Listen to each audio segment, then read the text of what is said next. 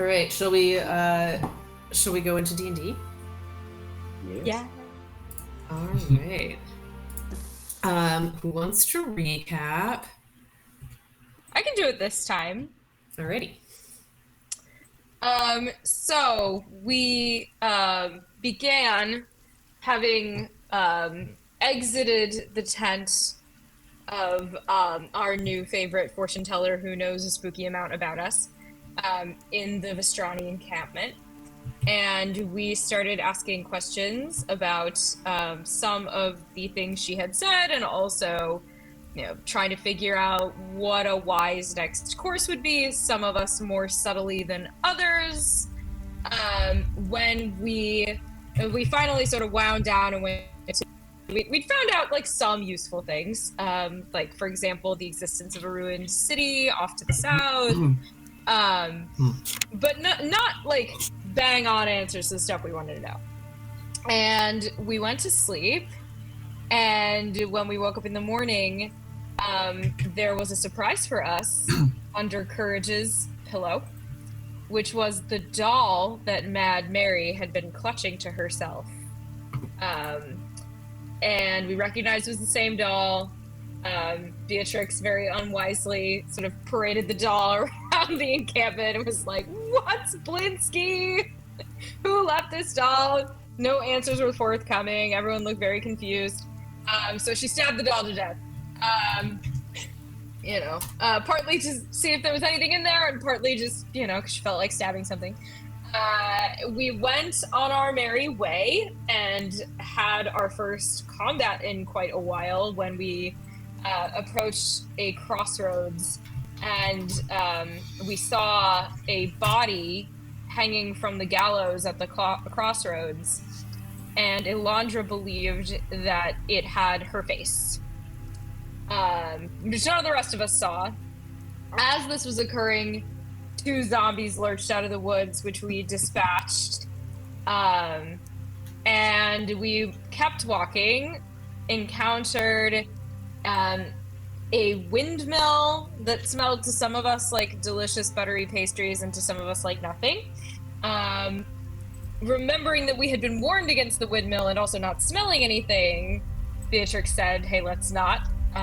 Let's keep going." She encountered some resistance, specifically from Lucian, who really wanted to eat those pastries. So we agreed we would ask about it and go back. And then we made our way finally to the city of Vallaki. We were about to walk into its gates when we paused last time. Excellent. Any addendums or clarifications?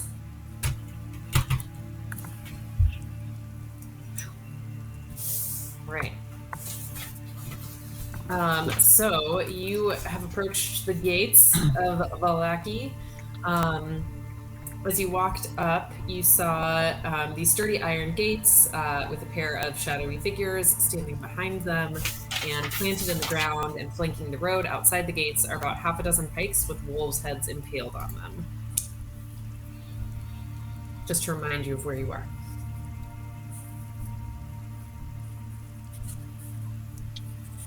Do we see any people yet? You see these two figures inside the gate. You can assess from context clues that they are likely guards.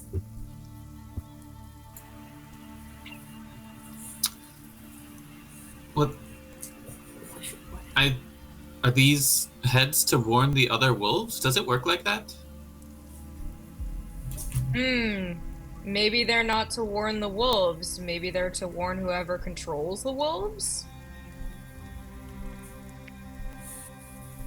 Seems a bit unnecessary.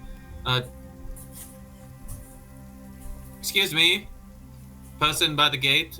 Is this Vallaki?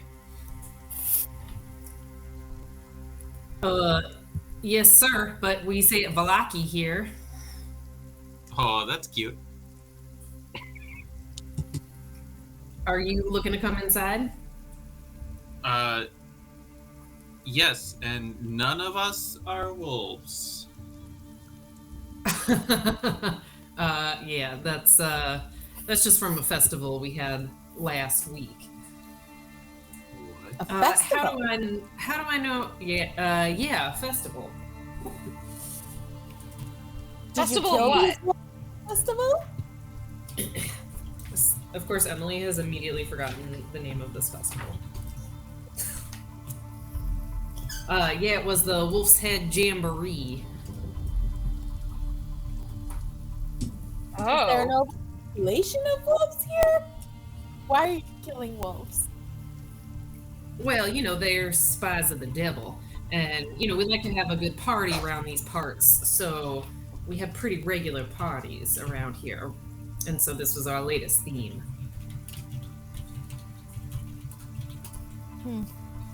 How do I know you all aren't working for the devil? This is a happy, safe place. Hi, I am a warrior of the Morning Lord. And I show my shield. Go ahead and make a persuasion check.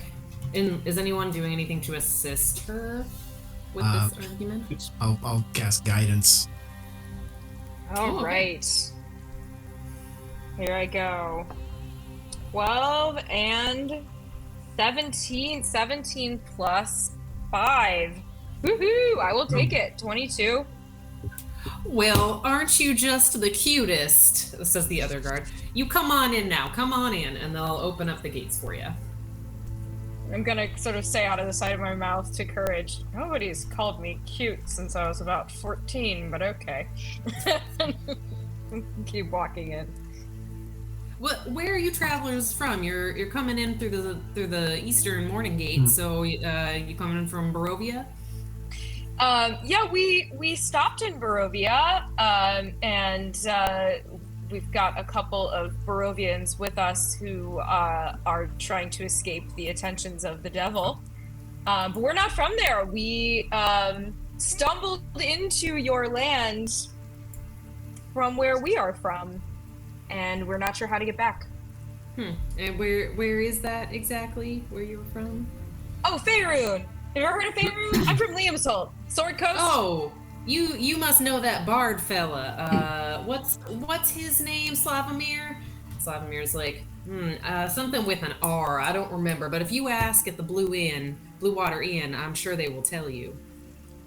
I want to know about this. Okay, Blue Water Inn. Bard. Thank you. Much appreciated. Always good to hear about countrymen. Do they have places to stay there?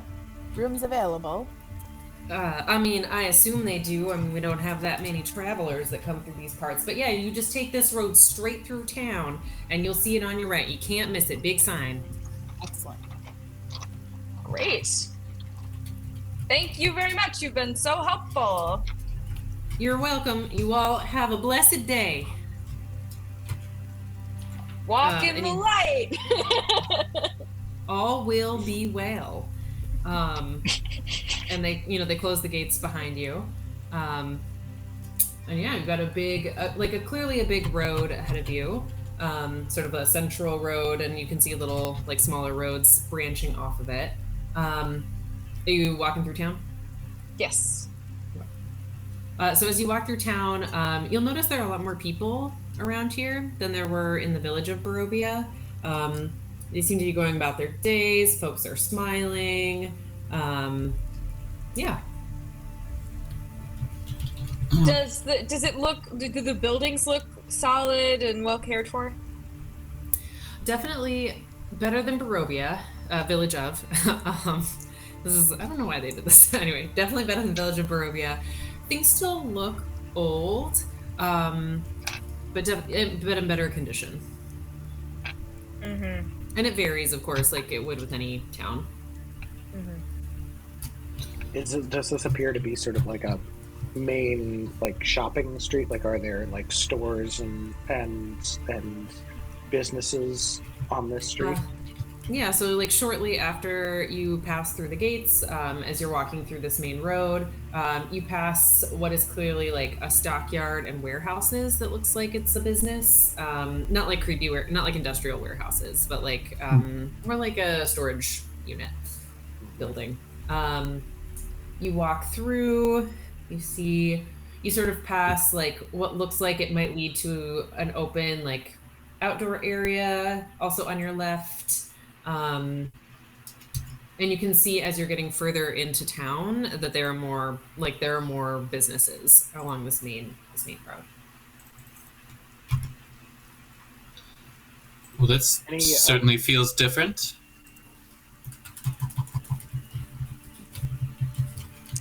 Any particular sort of smells, or is like does it just sort of smell like a city, or are there any distinctive smells that I can pick up?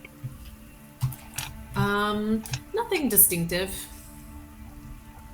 Just regular city smells. You might smell some like food cooking,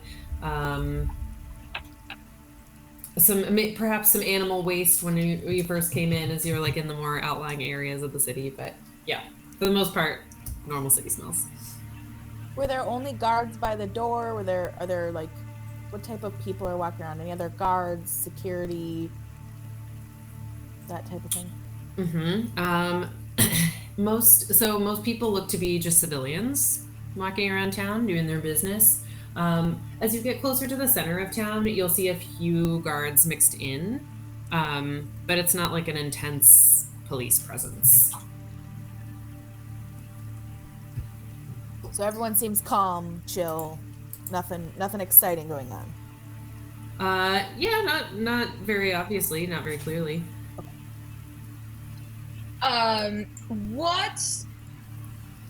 What do we see Irina and Ismark doing?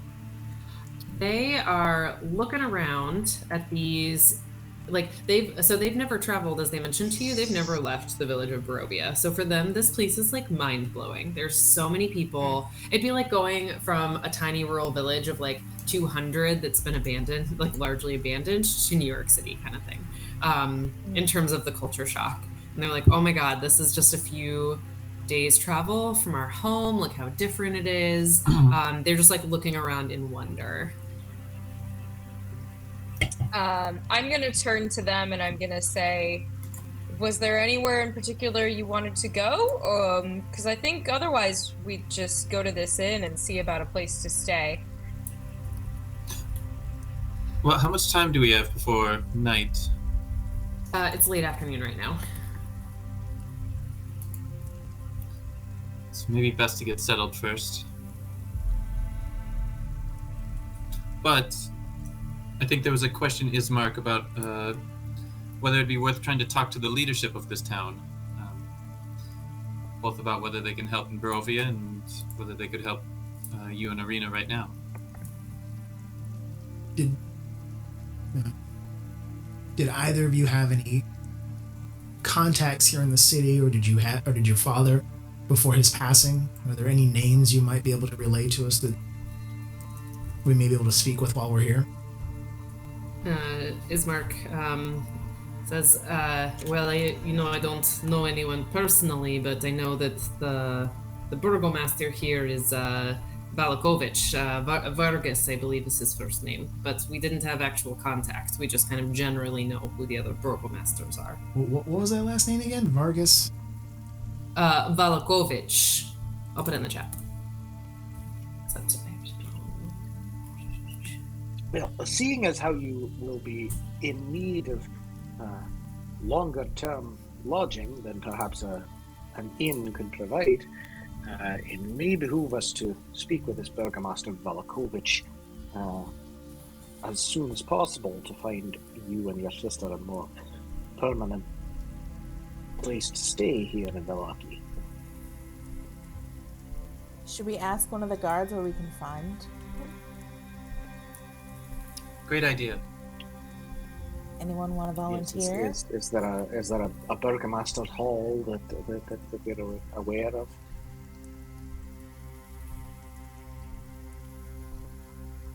Are we still just on this main street? You said we were approaching the center of town. Is there like a town square or something that we're walking towards?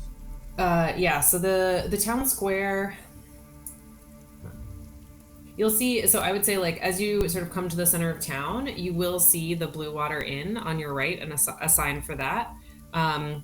And you'll also see a sign that points to like Town Square to the left. So it's like Blue Water Inn is here on your right. There's a sign for Town Square to the left.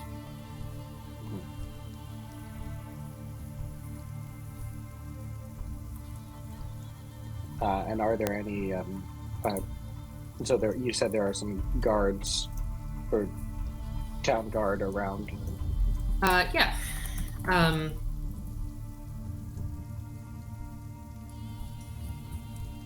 right. Callow will sort of go up as cautiously and sort of not obsequious, but just sort of not trying to sort of like barge in anywhere to one of the nearest guards and just hello, excuse me. Got a quick question for you, if you don't mind, a moment of your time. Yes, praise be to the Morning Lord. Of course, be happy to help you. Right, yes. Praise be. Well, we're curious to know where we might find the Burgomaster.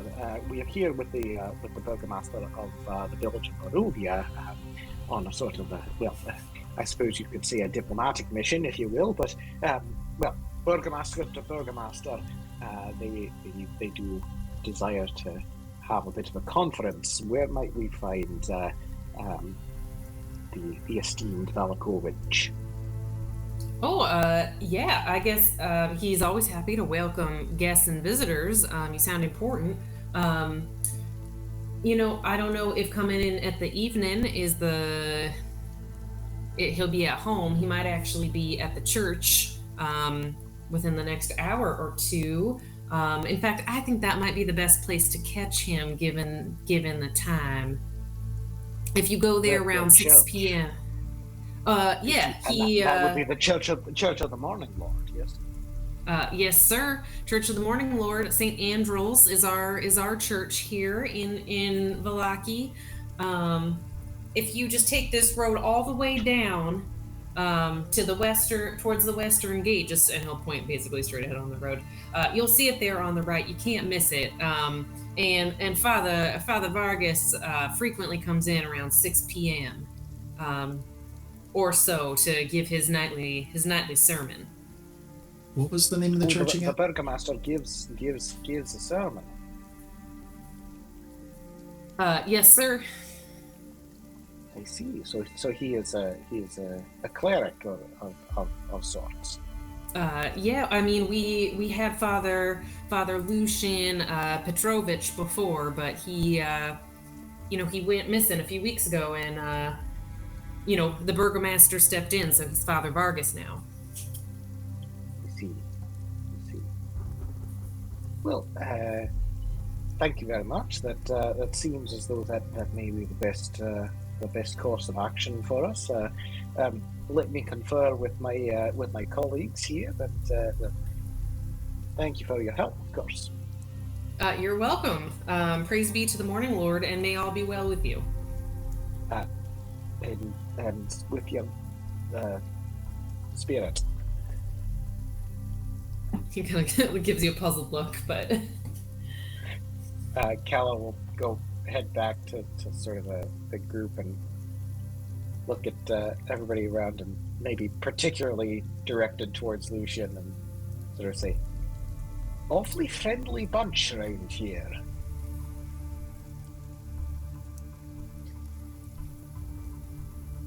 Well, in any case, it seems that the Burgomaster, if we should wish to speak to him, will be giving a sermon of sorts at the Church of the Morning Lord, down that way to the west, shortly. Well, I suppose I would put this to Ismark and Mizerina, if that seems like the best course of action, if you prefer to speak with the Burgomaster, or if you would like to do something else at this point.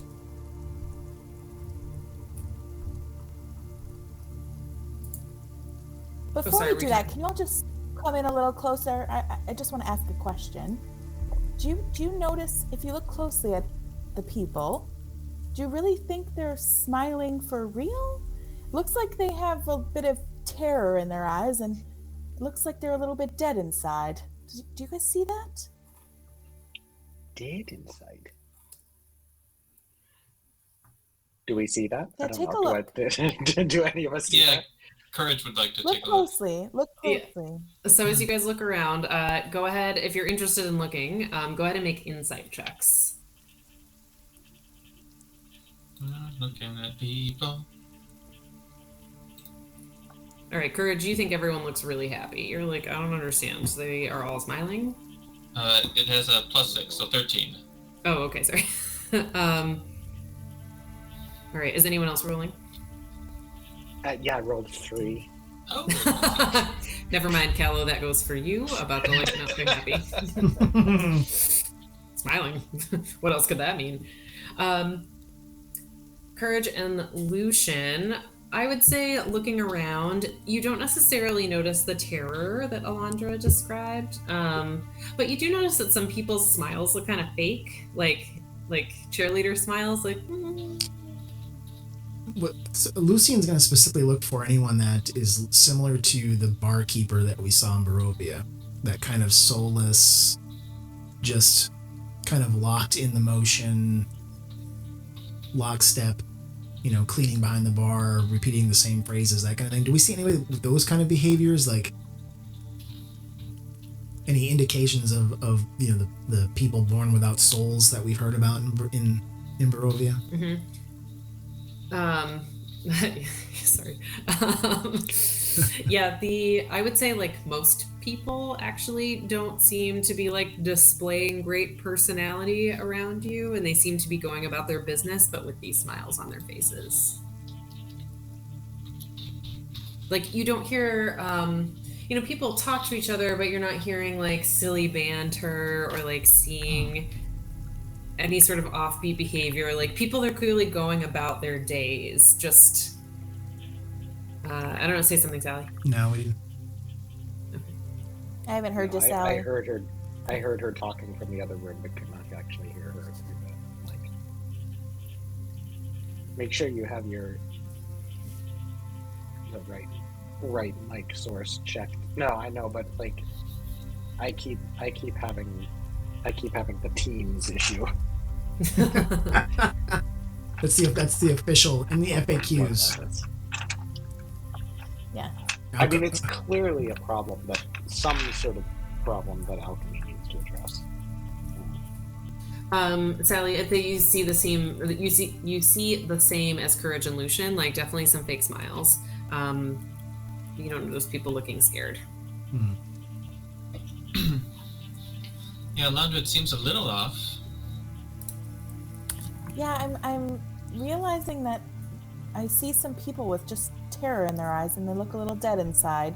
Just something to keep an eye out for. It's seeming a little strange. And this amount of love of Lathander seems a little odd. I mean, I'm as much a fan as any, I think, but so far it seems to be everyone. Ismark, what do you think? We could continue on to the church, or we could wait till the morning and maybe we try to proceed to the Vistani camp that we've heard is nearby as maybe a slightly more known quantity. Yes. I mean, I think he said it's not for a couple of hours, this sermon, but so perhaps we go get settled at the inn for a bit, and then we can go and find the burgomaster. I think that is our best route. We do not know these Vistani.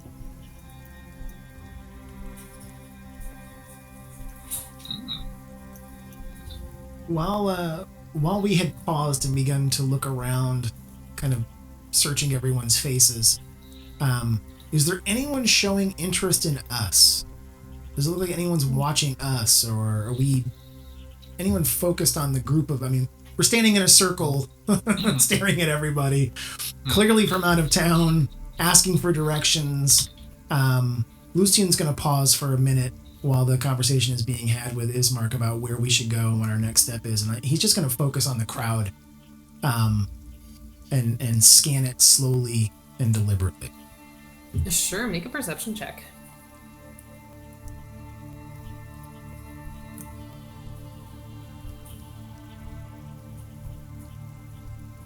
All right. 15. I would say, as you're standing there looking around,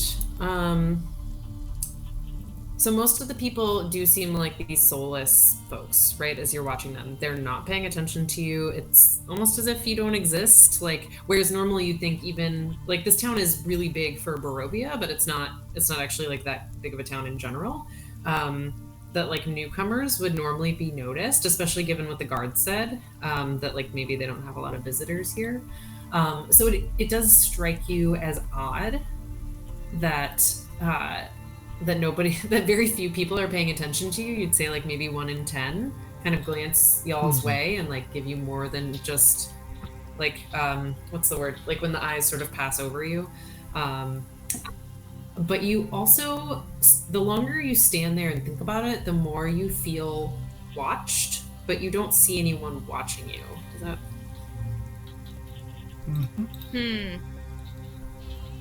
Is there one of these people that I'm seeing that are sort of have this look of terror where I can like run up and like say, "Hey, are you okay?" Oh, sure, absolutely. I'm gonna do that. All right. I'm just gonna run up to someone and be like, "Hey, are you all right?" and see what happens. I'm gonna follow her. Perfect. Okay. Well, I suppose we haven't. Well, very well. They're off. Yeah, they're just like walking down this road. You see, so you run up to. Would you run up to a woman or a man? I don't know if you care. Whoever's closest.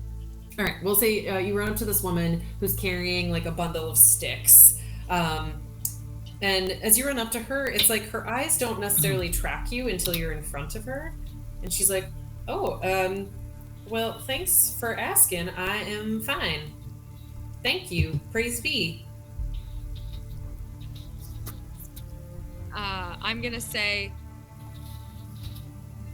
just know that if there's anything you need, you can let me know. And I show my shield and I say, walk in the light. You as well. Thank you so much. And then she sort of just continues walking. Does that seem odd to you? Does this seem odd? Yeah. I'm gonna sort of try to whisper to Elandra. It just seemed fake. Like it didn't. I don't see terror, but it just doesn't seem right. Let's just keep our wits about us and get to the inn, okay?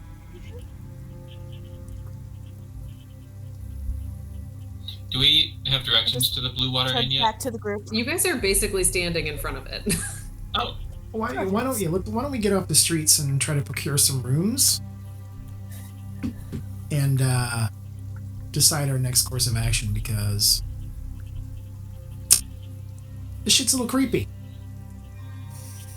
I found the inn. It's right here.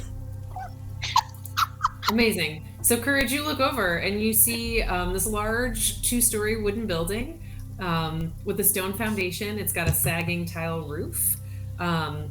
And on top of it, there are several ravens that are perched. There's a painted wooden sign hanging above the main entrance depicting a blue waterfall, which is why you know it's the inn.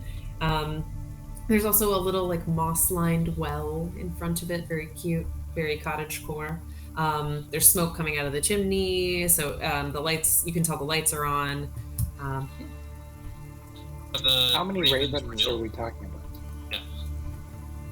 Yeah. I think there's like 5 or 6. Are there ravens like everywhere, or are they just clustered on this building? You don't notice any like clustered on other buildings nearby. They do seem to have found this nice perch here.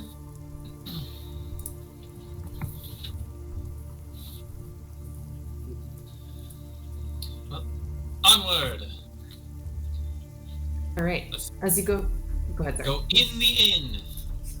All right, so as you walk inside, you notice there's some like damp cloaks hanging from the pegs in the entrance portico. It's not weird they're damp, it's foggy outside. Like your cloaks are damp too. You're just always damp here.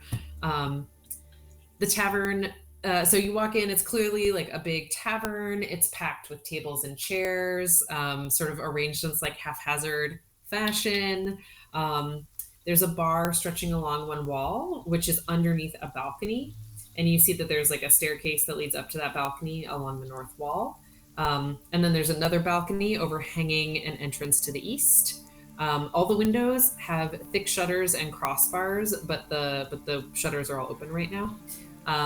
There are lanterns hanging above the bar and resting on tables. And the whole room is bathed in this dull orange light and casting shadows on the wall. And this is like, think what like D&D Applebee's might look like. So the walls are just like covered in stuff, but you notice in particular a lot of like wolf heads.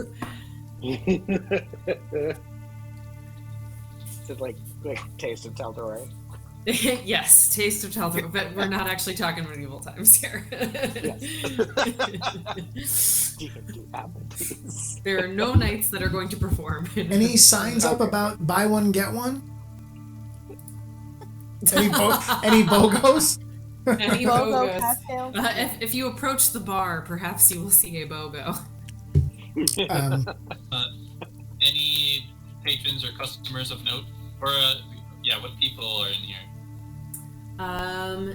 So it's evening. There are like, I'd say there's like 7 or 8 people in here. It's still it's like late afternoon, early evening, so folks are like sort of starting to trickle in, but it also doesn't feel like a weird time for there to only be like 7 or 8 people.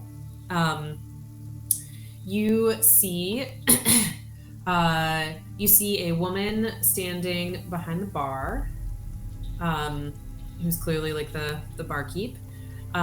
You also notice, I'd say immediately someone pops out at you because they are so colorfully dressed. They're half elven. You can tell they're half elven from where you are. And they're chatting folks up that are in the bar. Yeah, really jumps out because most people are wearing like pretty faded earth colored clothes, and he's like purple and red and blue and like just lots of colors. And he's a half elf. Huh. Yeah. Okay. And then there's like a mix of humans, mostly humans in here. I'd say like maybe 1 or 2 other half elves. Lucian's gonna walk up to the barkeep. Is she currently busy with anything, or is she just kind of scanning the crowd? She is. I'd say she's doing like regular barkeep stuff. She's not like particularly busy, like cleaning glasses kind of thing. Lucian just kind of knocks on the bar top gently to get her attention.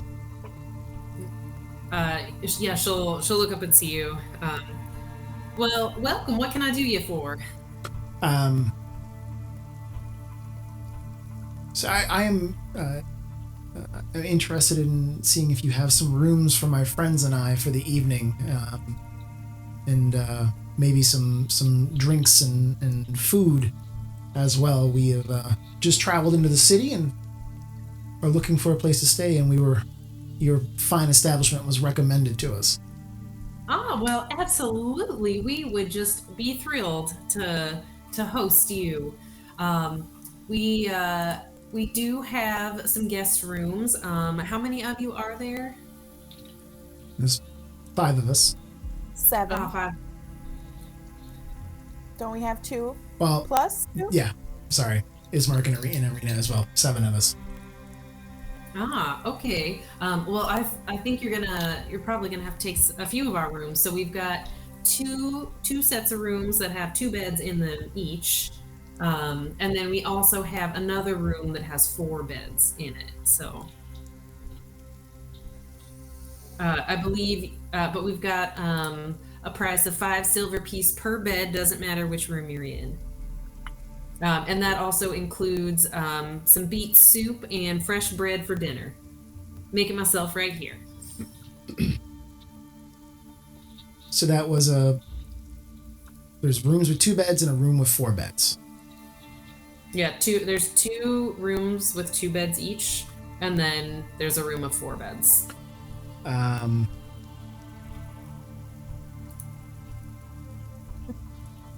So I'm gonna ask her, hold 1 second, please, and I'm gonna turn back to the group and say, what do we think? 2 rooms? I really don't need a place to sleep. I just need a place to rest briefly. I think 6 beds should I think that's should be fine. Okay, then maybe the 2 rooms. It seems weird though that the 4 bedroom doesn't have some kind of discount per bed. See what kind of deal you can get, Lucian. You'd like me to haggle? Immensely.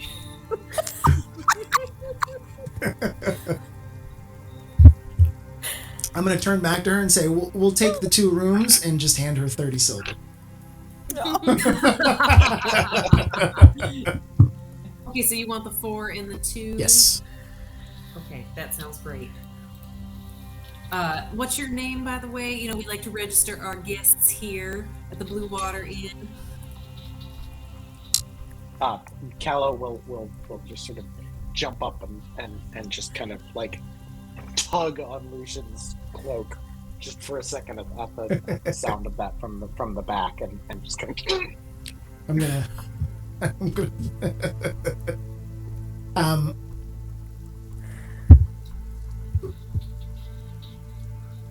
I'm trying to decide if in the moment if Lucian is gonna be I'm gonna say, well, my name is Kirby Poundstone, and these are my friends. They can introduce themselves. Well, it is lovely to meet you, Kirby. I'm Danica. I'm sorry, I should have started with my own introductions. I'm gonna look around like cautiously at everybody else. Like, did he just say that? Are we giving fake names?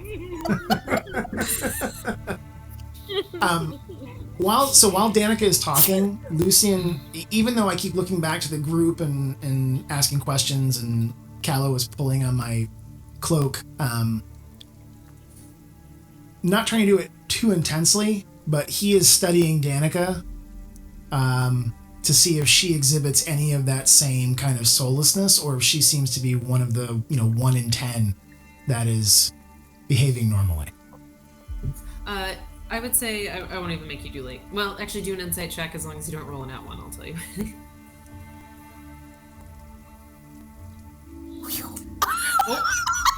Well then. You don't know. Can I roll? Can I check? Sure, you can roll. I should have cast guidance on myself, but it wouldn't have made a difference. I'm gonna do an inside check too. Oh. Here I go. 7. That was like a called shot. I was like pointing for the 18. fences. I was like, it won't be hard. Yeah, she definitely she seems to have a lot of personality. She seems very engaged. She's got a soul. I rolled an 18. How does it look to me? It's the same. Yeah, it's just not 1. You can tell she's a person with a soul. She seems to gives you eye contact. You can put me down as Courage Puredeed, champion of Shantea. Oh, who is Shantea? She sounds lovely. She is lovely. A goddess of agriculture, life of the grain and all that. Known as a rose in full bloom. Allegedly paramour of Lathander. Well, I'll be darned. I did not know the Morning Lord had a paramour. Now that is very interesting. Oh, more than one. I'll have to ask Father Vargas about that later. I'm gonna say Barbara. Broomsticks. What an interesting name. You all must not be from around these parts. No, we're definitely not. No, we're from Faerun. We heard there was a bard here who was also from Faerun. Oh, you must mean Rictavio. And she'll point to the half elf in like the very flamboyant clothes. Awesome. Gonna have to catch up with him. For sure. Anyway, Barbara Broomsticks. Lovely to meet you. Well, lovely to meet you too. And what about you folks? I'm just gonna briefly meet. I'm Elandra, and that's it. Just cut it. What a beautiful name, Elandra. And what about you down there, sir?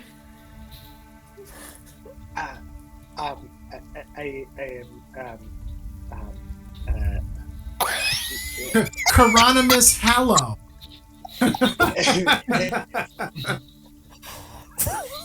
Hieronymus Callow. Now that is a fascinating name. And you two in the back. And Ismark and Arena will be like Ismark and Arena and Barovia. Excuse me.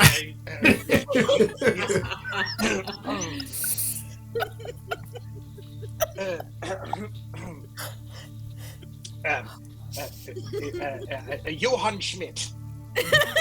I thought, didn't he just say your name's Hieronymus Callow? No, he said a nickname. Well, when it comes to a legal document, I'd like to make sure that my full and complete and honest legal name be recorded. Well, okay then. Also, I love that I can hear the train both here and at Jamie and Jeanette's. It's so Coming through. It is coming. I could like hear it in my headphones and then also hear it there, like through the window. I'm just gonna yeah, pipe up too and say, hey, what's up with the ravens outside? Oh, they just like to hang out. You know, we feed them bread sometimes. Friendly then. Oh, quiet. As we were entering into your fine city, we were told that you may have a bard of some renown. Oh yeah, that's performing here. Rictavio right over there. He's not much of a singer, more of a storyteller type, but he's been here for a few months now. And what was his name again? Rictavio. Like Rick Tavio or Rictavio? Rictavio. One word. Yeah. I'm calling him Rick. Of course, like Cher. Or Fabio. You know what it is with these bards. His name is Johann Schmidt. Is that what you said? Yes, of course, Miss Elandra. Okay. You know my name. You know my name. I thought it was funny that we You've were. been using your nickname, so I completely forgot that it was Johann Schmidt. Yes, of course. No, understandable. Johann and I go back a long time, don't we, Johann? Holy God. Very much, Barbara.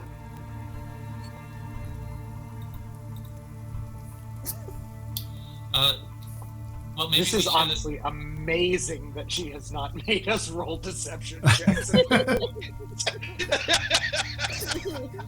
No, like, should I do it? No, but I think it would have been so obvious. I would say if you want I was doing it based reflected on your role play and how obvious it is that you're making up names. If you would like to truly try to deceive her, you may roll a deception check. All right, I mean, Beatrix if is I were gonna you- go if I for were it. you, Here I we would go. I would tell me to roll it with disadvantage. You I am- do need to roll it with disadvantage. I will roll it with disadvantage. I'm casting guidance. I'm going to cast guidance on Callow. On Callow, okay. I'm Johann. Okay. Excuse me, on Senior Schmidt. But yeah, he still has to roll disadvantage even with the guidance. Yes. Yeah. So the low roll was a 4, and I have, of course, a +0 to deception, and a. That's 2 ones in a That's a row. Your Oh, roleplay was actually pretty convincing. You said it with a lot of like. Go 2 ahead and roll one ones more in a time. row. I also rolled a 4. Oops. Mine is a total of 5 with the guidance. She's Yeah, not buying definitely shit. I'm just Barbara, gonna the cover is blown. She thinks we're all lying so badly. She doesn't think Elandra's name is Elandra.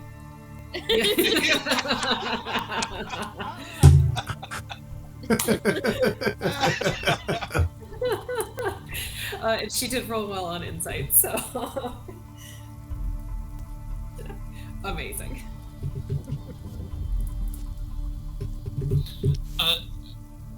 Well, it seems,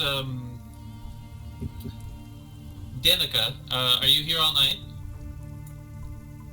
Yes, I live here as well, so I'm here all the time. All right. Are there keys for the rooms? Oh, yes, here you are, and she'll give you, so she'll give you these keys. I'd say, you each get a key. So 2 of them will go to one room, and 4 will go to the others. And she will, sorry, let me pull up a different map. So she'll point out to you, like, how you get up to your rooms. How big is this place? Oh, it's pretty big. Like, it's 2 stories, and you can tell it's very deep. Like, it's a big building. How many rooms total? Like guest rooms? Yes. Are you asking Danica? Yes. Yes. Well, we've got 4 guest rooms in total. So we got the 2 pairs, as I mentioned, and then the guest room with 4 beds. And then we have one other private room that Rictavio down there has had rented out for quite some time now. And you also stay here? Yes, we do. She'll point like upstairs to the opposite side balcony and be like, so y'all are in this right above the tap room up here. And then we all sleep over on this other side towards the back. We all? Oh, well, my husband, Erwin, also, he's in the back right now, getting some dinner ready. And of course, we've got our 2 boys, Brom and Bray. You might see them later. Oh, that's lovely. So Erwin's the wizard with the beats. Yes, he's not actually magical, he hasn't been blessed by the Morning Lord in that way. But he is magical in the kitchen. I do agree with that. Well, it's exciting. I love a nice family-run establishment. Well, thank you. We're so happy to have you here. I mean, are you a chain? Do you have other locations? Oh, no, this is it. Just our little Blue Water Inn here in Vallaki. Beautiful. What's happening with this bard over in the corner? Like, is he like? Does he have like basically like an audience? Is he kind of like captivating a crowd of people, and do they seem like entranced, highly entertained, or are they sort of? Yeah, you want to go listen in? Putting up with him. I don't want to leave the group at this point, but I'm just kind of interested, sort of looking over at what he's doing. Yeah. Lucian has like almost completely lost interest in the conversation with Danica, and is 100% focused on the bard. Mm-hmm. Like, all right. He's still standing there, like there's a conversation going on, but I have no idea what she was saying about the rest of the family, where they live. Like, he is just focused in on the bard, though he doesn't want anybody to notice that he's focused on the bard. All right, go ahead and make it a deception check or performance, whichever you feel is more appropriate. Arena Ismar, can I help you take your bags upstairs? I don't think we'll want them at the church. Beatrix is gonna grab one of the keys to the room of 4 and go, "Girls' dorm!" and start walking up the stairs. Amazing. So you guys can go up the stairs, and you sort of walk along the balcony. It's like the staircase that you saw when you came in. Oh, sorry, you have to go outside for the staircase. I forgot. Your staircase is outside, theirs is inside, so you don't have to, like, if you come back late at night, you don't have to go in through the main door. So you go back outside up the staircase, down a hallway, and on the hallway you'll see 2 doors on the left, which are the 2 bigger rooms with like the pairs of beds. And then at the end of the hallway is the 4 beds. and then there's like another door next to it, but it's marked private on that door. So you go with Irina, and Ismark will follow you as well. Does anyone else go with Beatrix? Courage. Okay. Yeah, I will go as well, since I'm a girl. So meanwhile, Lucian, you're downstairs listening. I feel like they just kind of like run out of the room. That's what I'm imagining, and you guys are like. Lucian continues to like he takes his seat, but he sits only for like a few seconds, and he gets up and he moves closer. He just keeps getting closer, like hopscotching his way across the seats, slowly but surely towards the bard. All right. So as you get closer to the bard, but like before she disengaged, Danica will be like, all right, and you, what did you say your name was again? Johan? Johan, would you like anything to drink? Yes, mug of ale, if you will, and I believe my friend over here will take some wine, warmed, if you don't mind. And just like over his shoulder, Lucian's like, as hot as you can make it. And takes it, gets So Erwin's family actually makes all of our wine. We don't actually have ale here. I'm so sorry. I know it's a little bit unconventional. But we've got wine is absolutely fine for me. I don't mind. That's all right. All right. I'm so pleased. We've got this purple grape mash number 3, and that's 3 copper pieces. But we also have the House Reserve Red Dragon Crush, 1 silver piece. Oh. The mash will be fine. Thank you. Excellent. I mean, you can't go wrong. All the wines are fantastic. I'll make sure you'll have to let me know if you like it, and we can get Erwin out, and he can tell you all about it if you do. Indeed. Thank you. Well, yes. You said 3 copper pieces. Per glass, so that'll be 6 total for the 2. Of course, yes. So I'll hand over the. Oh, and I forgot to ask, do y'all have any horses? We do have a stable out back if you do. No horses, thank you. Okay. And she'll get to work heating the wine. You see, like, she was putting together some spices to, like, mull it a little bit. So as you two sort of sidle over to the bard, you overhear him, and people seem to be enthralled. The people that are listening, or they have dead face because soulless. But there's a mix. So as you get closer, you can hear the story he's telling. He's like, so there I was, the mercy of these 3 monstrous trolls. They were all arguing amongst themselves about how they were going to cook me. Whether they should turn us on a spit or sit on us one by one and squash us into jelly. They spent so much time arguing that the sun's first light crept over the top of the trees. Poof! Turned them all into stone. And everyone's like, wow! Everyone's really stunned by the story. They've never heard it before, so. Callow will sort of turn to Lucian there. Never met a bard that doesn't spit lies with every syllable. Lucian kind of doesn't take his eyes off the bard and replies back as if almost kind of in a whisper. Indeed, isn't it? Isn't it grand? They're charlatans and tricksters. They're not to be trusted. An absolute travesty, really. Lucian's gonna turn to, like, he's not hearing this from Callow at all. He turns and, like, he looks like he's so excited, and he's like, I wonder if he knows you can just call me the gnome, or maybe the oysters of Miss Marshall. Oh God, if we're at all lucky, he'll definitely sing "And All for a Turnip."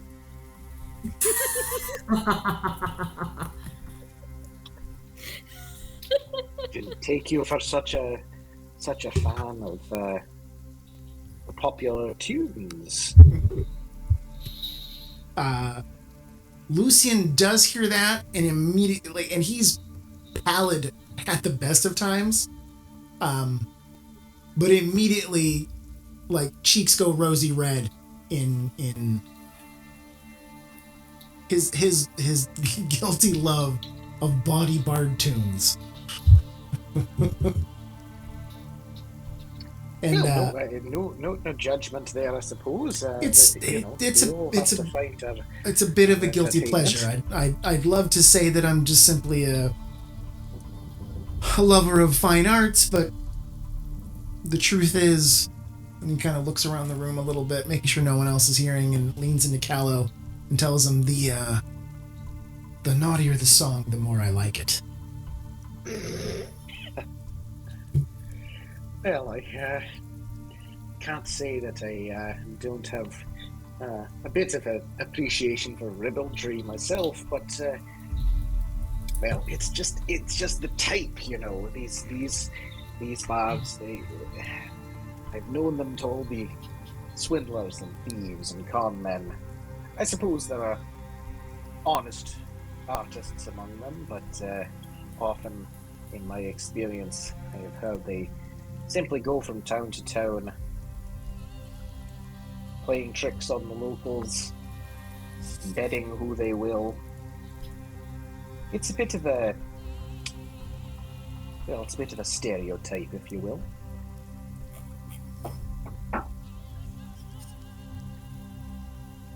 Upstairs, I think we're checking out the room for security. Making sure the window bars seem solid.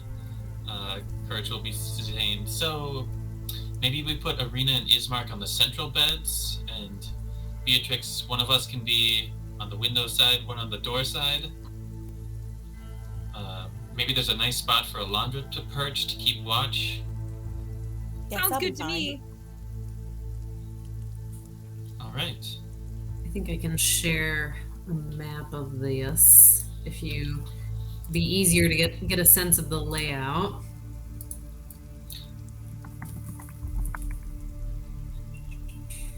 Might take me a moment. Courage will check out the view out the window, see if there's a low roof out there. And if there's curtains to draw. There's shutters that you can close. Excellent. Do we notice anything outside? No, you're on the main thoroughfare, so like people walking by, where your rooms, and this room of 4 actually faces sort of towards, is that right? You're kind of on the side, so like not facing the road directly, though the two double rooms face the road. There are 3 windows. There's like a little table and chairs in the corner. Oh, right, I have to actually share this handout with you. I'm sorry. There we go. This is like a stylized art version of what it looks like. You guys are going to be able to see a lot more than like you would actually know exists. So just because I'm not good at spatial descriptions, I'm sharing, but just keep that in mind. What does your character know versus like what you as players can see? So we're talking, it's the room with the 4 beds. The room with the 4 beds. Yeah. The southern side of the building there. Yeah, exactly.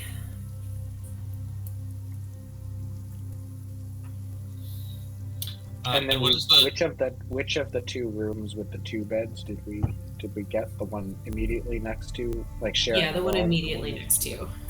Okay. And the one that's closer to the staircase, that external staircase. So we all share the same wall? Is that true? So the 4 beds shares the same wall with the 2 beds. Okay.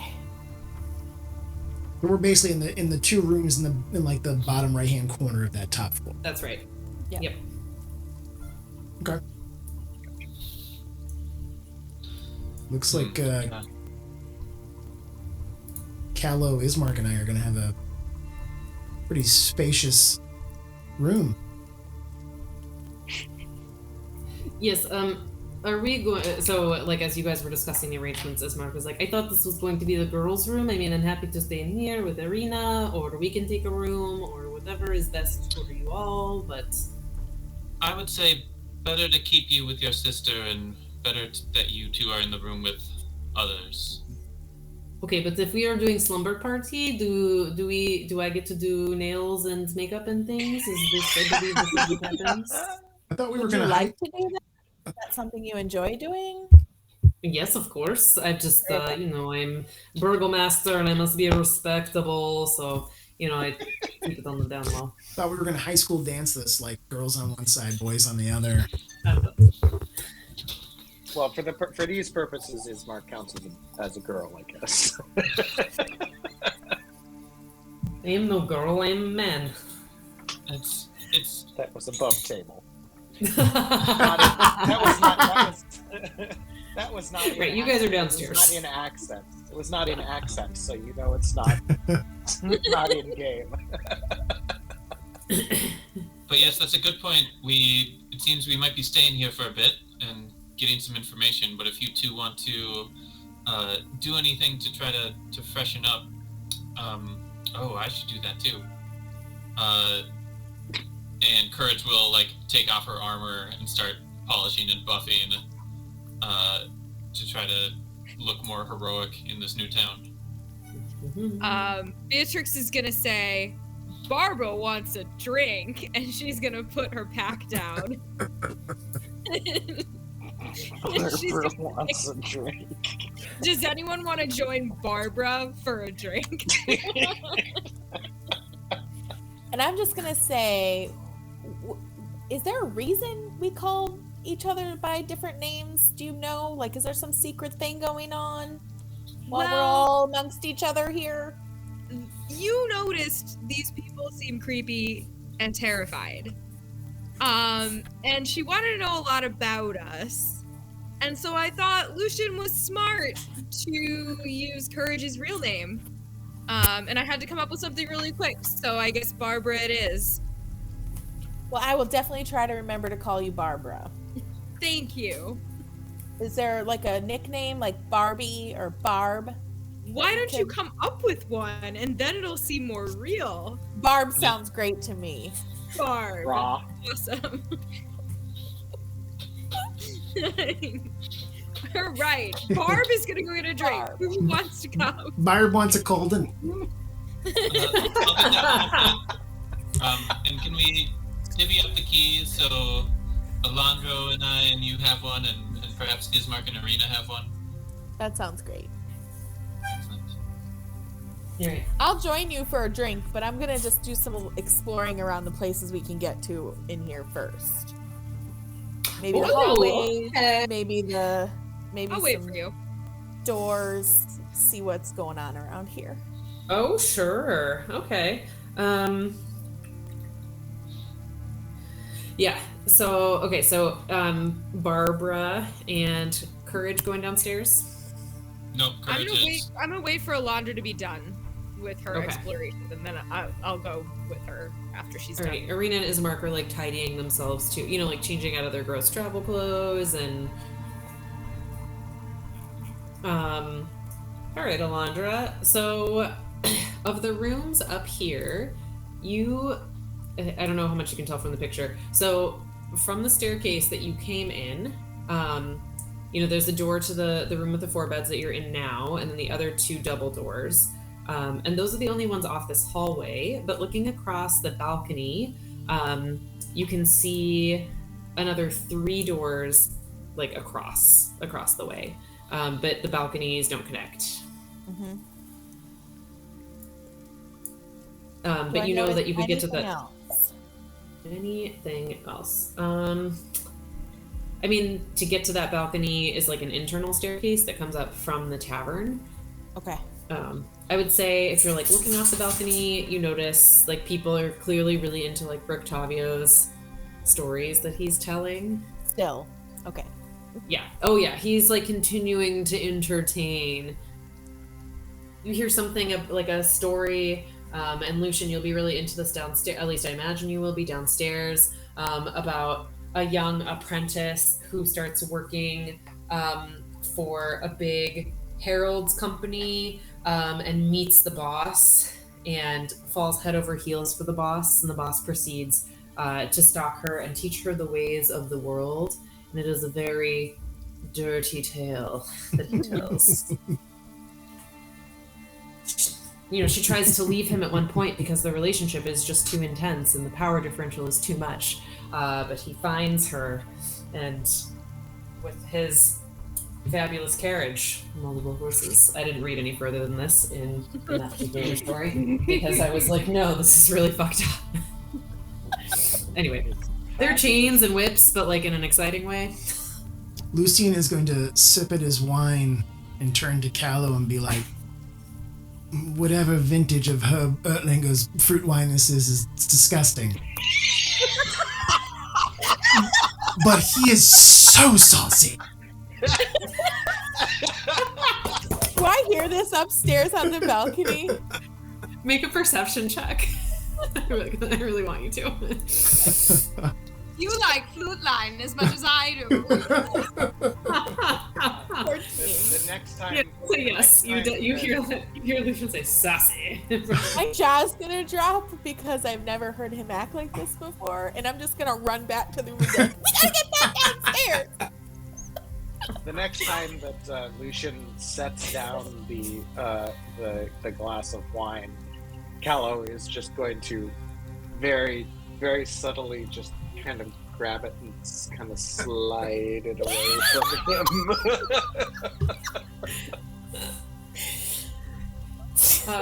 And this actually is pretty good wine. That doesn't necessarily mean that you like it, but like it's like sort of objectively good, if that makes sense. It's leggy and oaky and good wine. It's objectively good wine. You guys have shit taste, but it's objectively good. It's of a good quality. That doesn't mean you have to like it. Like $2 chuck, it's delicious. Like, yep. It's not good wine, but it's delicious. I like it. Yeah, there we go. I like to imagine that, no judgment here. No matter how good it is, Lucian would downplay it right now because of how embarrassed he is that he's into Rictavio as much as he is. Amazing. Okay, so Elandra, you run downstairs because you're like, what is going on with Lucian? Yeah, I'm like, did a flyby by the room, but like, we gotta get downstairs, and I flew down the stairs. I'm following. I'm following at top speed. Courage will hurriedly finish spit shining her shield and be down a minute after them. Alright, and I'd say Arena and Ismark will come down with you, Courage. I gotta run Miles out just so you guys know I'm gonna take a little. Yeah, let's take 5 minutes. Yeah, can you take a Let's get some chuck. quick break? Alright, see you in 5.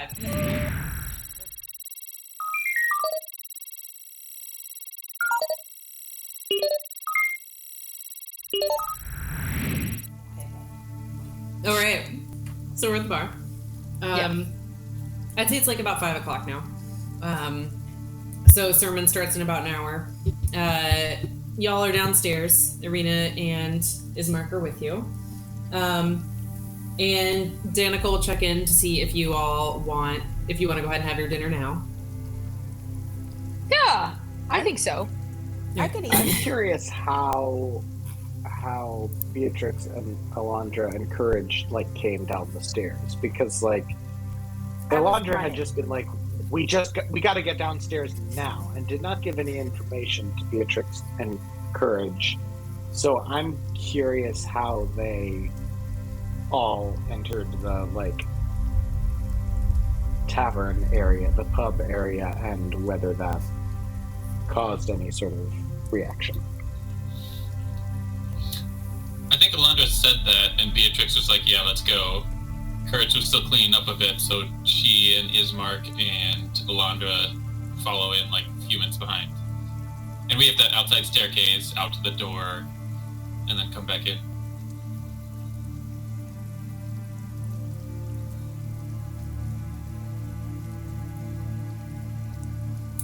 Elandra and Beatrix, how do you enter the tavern? I think Beatrix is gonna like casually try to sort of slow herself down as she rounds the corner to come in, and she's sort of saying to herself, Barb, what is Barb? And sort of starts to like walk a little weird. Barb.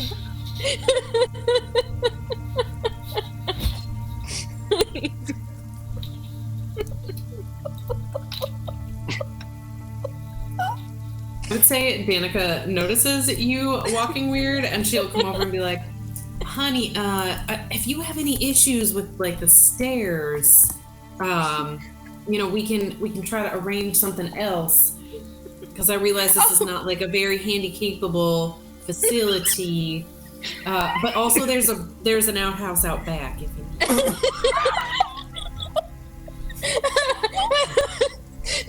she's gonna like stifle a laugh. She's gonna say, "No, I'm fine. I'm Barb. I'm fine." Thank I know you are, sweetie. I will have wine. I'm fine. I'm Barb. Yes, I heard, and I'm Danica. Danica is gonna look at you, Elandra, like, "Oh, your friend's special. Got it." Like, sort of a like. They're here next to Lucian. Wait, what is Beatrix? What is Beatrix's charisma modifier again? It's actually not bad because that's what the paladins. That's what paladins pass with. So it is actually +3.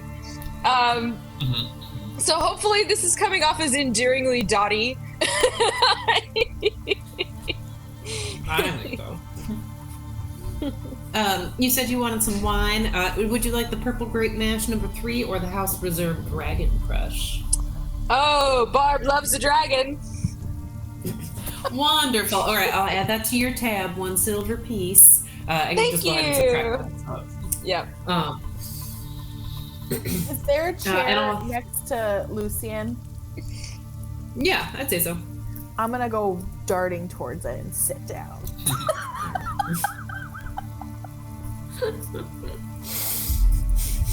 Did Lucian notice Callow moving his wine away from him? Not at all. I'm gonna chug that wine.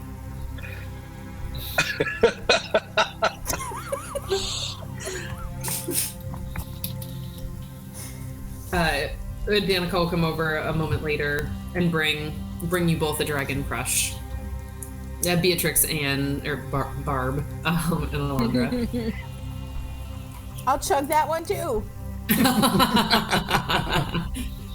Well, honey, you seem to just really love the wine. I will let Erwin know because I'm sure he would love to hear your feedback on it. You're just going through it so fast. Be careful there. We actually do have a bit of a limited supply at the moment. How limited? Oh, well, we're fine for tonight, but, actually, I'm so glad you brought it up. Because our wine supply is nearly depleted, and the latest delivery from the Wizard of Wines, where Erwin's family has their winery, is a bit overdue. It's never happened before. You all look kind of tough, and she'll like pointedly look at those of you that have like weapons and armor. Any chance you all go out there, out west, if you could just stop by and check in, we'd really appreciate it. We will give you free room and board and reimburse you for any room and board you pay now, if you're able to tell us what happened. It's just a few miles west. Shouldn't be too hard to check on. Free room and board? Sounds good to me. Yeah, all right. Oh, wonderful. I'll go and tell Erwin. I'm sure he's going to want to introduce himself to you. Oh, goodness. All is well. Walking the light. It's all well, Walking the light, Barb. She'll all well. pat you on the head. I'm Barb. Callow will just be kind of sitting there, mouth like open, as if he was about to say something in this exchange. And then he will just take a big swig of the wine and sort of sit back in the chair. Honey, Look would you down like a little some more? dejectedly. No, thank you. Not for the moment. I'll let you know. Wonderful. I'm just so pleased you all are here. Courage, where are you? Indeed. It's a pleasure. We'll say now Courage, Arena, and Ismark join. Alright, what are we doing? Well, in exchange for free room and board, we may have indicated that we would check on why these people's wine supply was diminished. I mean, I don't know about you all, but I didn't know I was going to be away for so long, and I don't have endless unlimited funds. So, you know, as soon as we've settled these two and maybe try to get some answers to our questions, we might as well do it. What is Rictavio doing right now? Is this all you care about? He has launched into a new story. Let me just pull it up. So he's like, so there we were. It was a dark time for the rebellion. Although the main base had been destroyed, Imperial troops had driven the rebel forces away from their hidden base and pursued them across the land. I, of course, was leading these rebel forces, my trusty sidekicks, etc., etc. Oh, this seems juicy. Could I have that beet stew? Danica will be like, well, come and ride up. And also, if you want, for an additional 5 pieces, we also have wolf steaks. You know, for those of you who are the more carnivorously inclined. No thanks, none Will here. those be the same wolves whose heads are on a pike outside of the town? Oh, indeed. You know, we had this little festival last week, the Wolf's Head Jamboree. We have festivals here in this town. I don't know if you all heard. You know, Father Vargas trying to keep us happy, keep the devil out, as it were. Yes, very efficient of you then. Good use of resources. Will we get reimbursed for these steaks too if we do this whole wine check? Oh, sure, honey. Just All right, steak it is. All right. Who all wants steaks? I'll pass.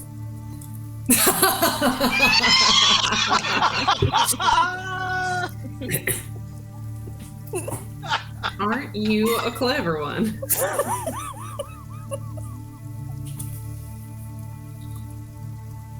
Yep, just beets.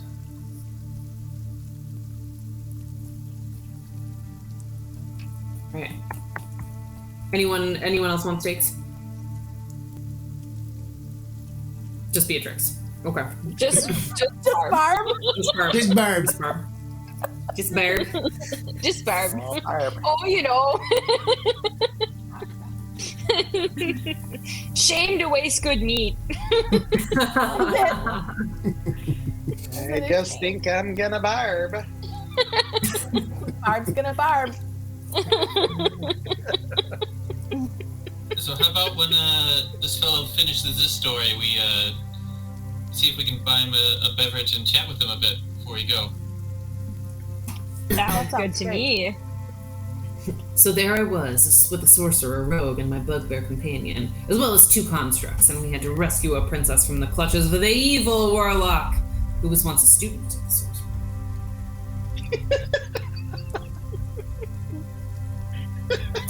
Ooh, I haven't heard this one.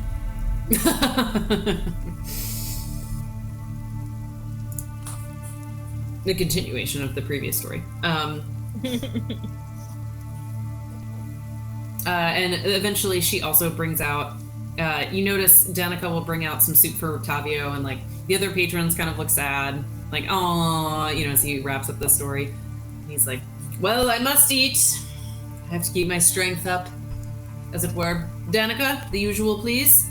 And she's already brought him beet soup, but you see she'll leave and come back a few minutes later with a wolf steak and some apples, and set those aside for him. And he'll tuck into his soup. Good storyteller. Would you join us for a moment? Of course. I am Rictavio. And who are all of you? And I am Courage. A pleasure to meet you, Courage. And if you have your hand anywhere remotely, grabbable, he will grab it and kiss it. All right, there's a spoon in it, but he succeeds. I love that. He skillfully, avoids getting beet soup on himself.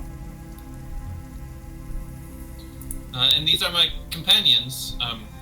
But I'm afraid our time is short before we must get to a meeting with the mayor, or the burgomeister. But, I mean, as you can probably tell, we're not from here, and would love to swap some stories with you. I am also not from here. I would love to swap stories with you as well. I am known for my stories. I mean, although I am not technically a storyteller by trade, I was once a carnival ringmaster in a very distant land. I'm sure you wouldn't have heard of it. No, we might have. What is the land? Oh, it's Faerun. Don't worry about it. Anyway. That's where we're from! France! Oh my god! How did you get here? Oh, I wandered in the mist in my wagons and somehow ended up here. I'm not really sure, to be honest.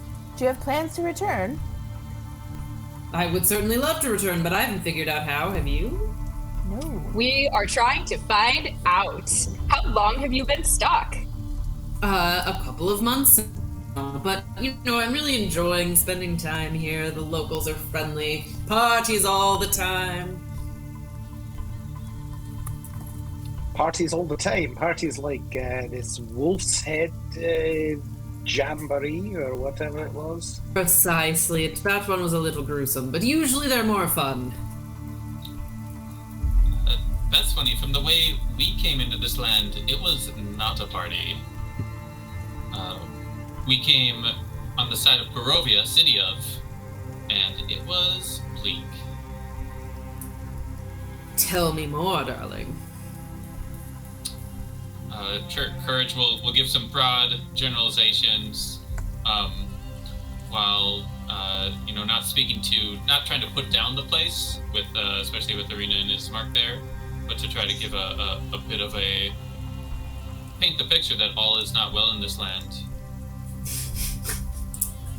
Well, welcome to Valaki, and very different than the sounds of this Barovia. No offense, of course. I'm sure it's lovely, and Ismark, I don't know if you mentioned if their father passed away. Or that they're that he's the burgomaster now. Would not have. Okay.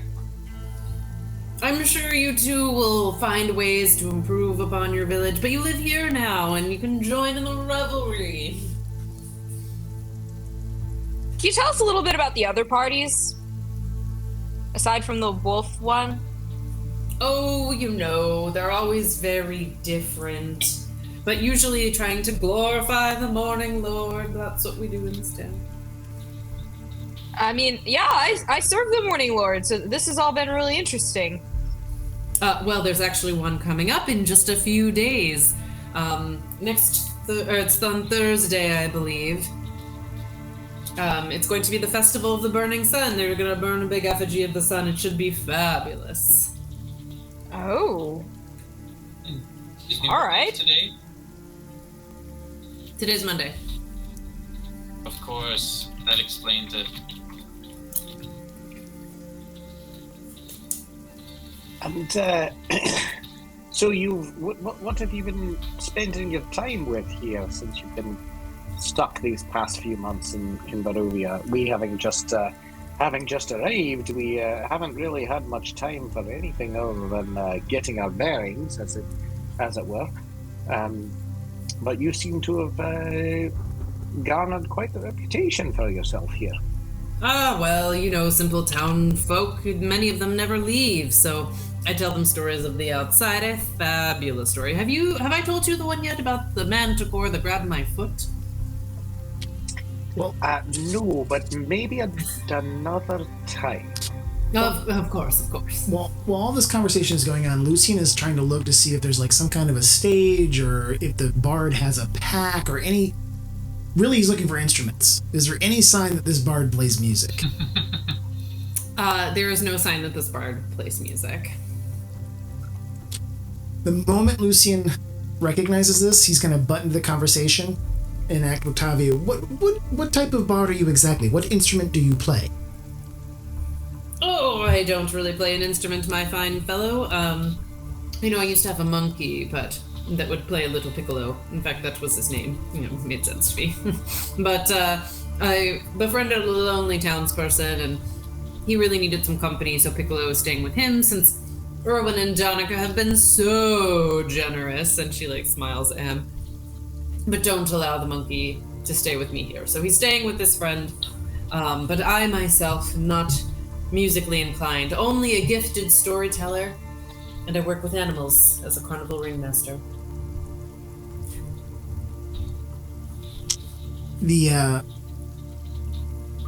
As he's telling this tale, Lucian's neck just keeps getting longer and longer as he pulls back away from him. And he turns to Callow. He's no bard. He's circus.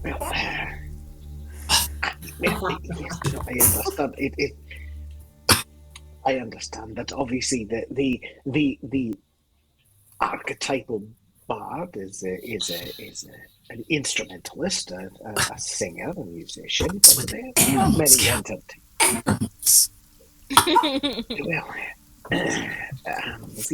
It is a bit distressing, though, that he would simply discard his animal companion as quick as possible simply for lodging here at this establishment.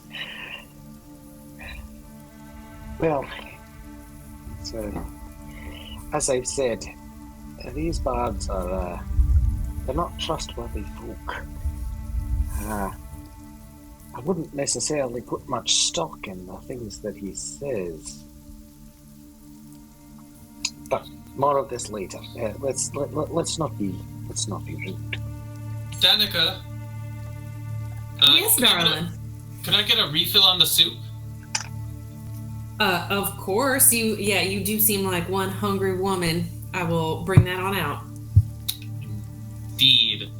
It's important. You gotta keep the body strong. Yeah, absolutely. It's delicious. Compliments to Erwin.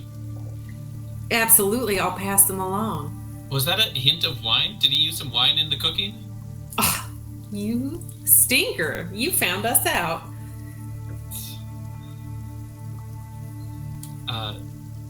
Excellent. Octavio, have you had a chance to learn much about the town? There's some other places we'd like to go, but we just arrived and aren't sure where we might go. Sure, of course. I know this town like the back of my hand now. Where do you want to go? Any places of knowledge, libraries, if there's a tourism office, that would be perfect. Gardens. Gardens? I'll think a little bit. Gardens. Gardens. Well, Impacting me. The wine is impacting me.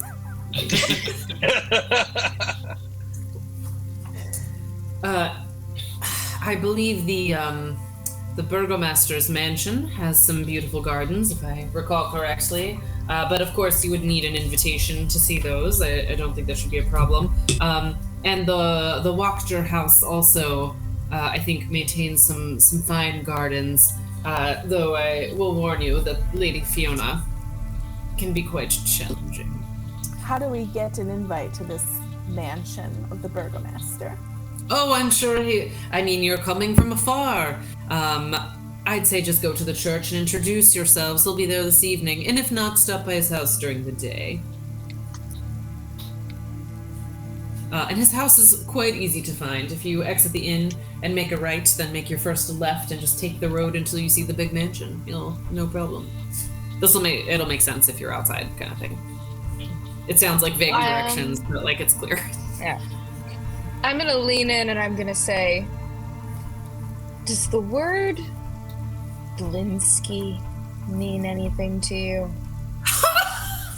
You know Blinsky! You've been here for like 2 hours! I thought the man was lonely, but clearly he has a following. That's who has Piccolo! Blinsky is a man?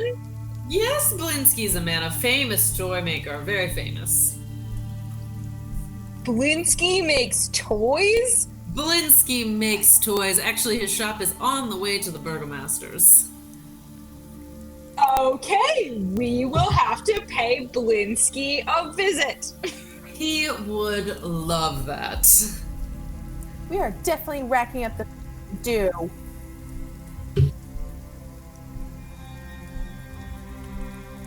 I mean, certainly if you stop by, make sure you give Piccolo a little pet for me. I'm actually off in a few minutes to drop off his dinner. He'll like point to the apples.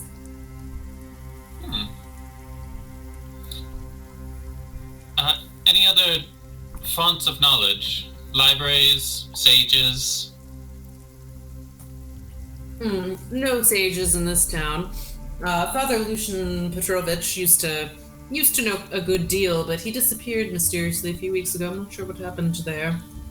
Yeah. Have you heard? And I believe Father Vargas, actually, the Burgomaster, has a library in his home, but no universities or centers of learning.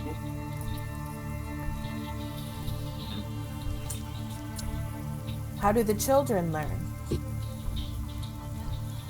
Oh, there's a small schoolhouse where they're taught. Without hiding his voice at all, Lucian is going to lean into Callow and say, I don't believe a word this charlatan is speaking now. A bard that doesn't sing? He's a purloiner of other stories, a larcenist of fairy tales. Should just move on.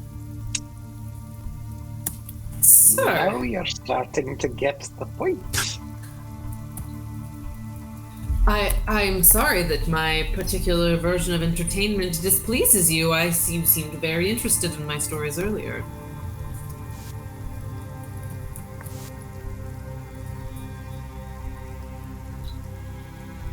I enjoyed that last one, except, I mean, a wizard with 2 constructs seems a little far-fetched.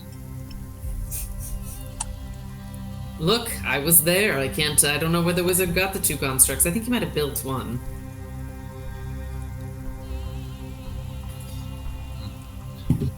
Is there anything else you can tell us about the town that might be helpful?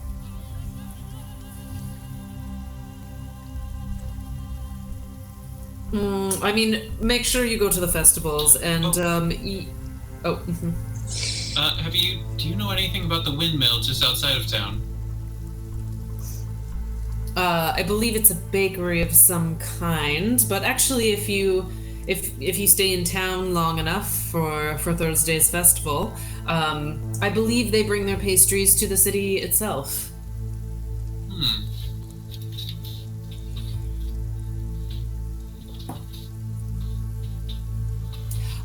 And I will say... Sorry, go ahead. After you. Well, I was going to give you all a bit of advice. You, sir, and he looks at you, Lucian. You seemed quite happy earlier, but now you have this I've smelled something rotten expression on your face. I would suggest smiling outside. The guards may harass you if you do not. If anything... Wait. You're not smiling? Yes, well, Father Vargas likes to ensure that the town is happy. He believes that he can keep the devil away if everyone is smiling all the time. Look, I mean, I also serve the Morning Lord, and I'm not sure that's how it works. Well, you'll just have to bring that up with Father Vargas. Right, I think I will. And has that proved effective? I believe Everybody so. being happy and keeping the devil away? I mean, I've only been here for a short time, but it does seem to be working, and I, of course, am doing my part, keeping the people entertained with my stories of heroism, daring. And by the devil, we are speaking of the devil Strahd, correct? Oh, of course. Good. I Does just he wanted have- to be clear with our terminology here because there's been, a certain bit of ambiguity to some of the information that's been shared with us since we've been here. So clarity is always appreciated. Does he Of have course, any and nothing is foothold? not clear. Yeah. Does the Devil Strahd appear to have much of a foothold here at all? Do you notice any signs of his watching or his presence or his servants? We've had a lot of trouble, so thought I'd ask. Ah, troublemakers, are you? I can tell. Well, we attract it. I don't know if we invite it. Of course you do. You're far too interesting not to. But no, I believe there have been no sightings of the devil in the city. It's I believe it's quite safe. But I'm sorry, I must be off. I am late for my appointment with Piccolo. And he'll give you all a wink and go back and grab the apples and the wolf steak and head out the door. I think it's high time we saw what a service is like here. I think Barb has some words for the Burgomaster. I've never seen someone threaten a mask before. I'm not threatening. I mean, hey, look. And she puts her shield back up and is like, come on, it's not a threat. I just have questions.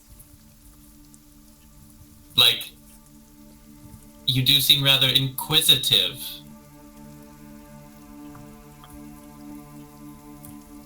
Who seems rather inquisitive? All of us. Yeah, I agree. It's probably time to get over there, isn't it? Yeah. What time is it? It's around. Oh, unless Connor would like to ask exactly what time it is. No, we can go for an approximation. It's somewhere between 5:30 and 5:45. Are you not yet, Spark? Are you ready for 5:37. ready to make a good impression? Ismark will be like, yes, of course, I'm ready to meet the other Burgomaster. Perhaps we can establish good relations. And Arena is demure and says, I think I'm going to lock myself in the room, if that is all right with you all, and take an early night. Someone should probably hang back with Arena.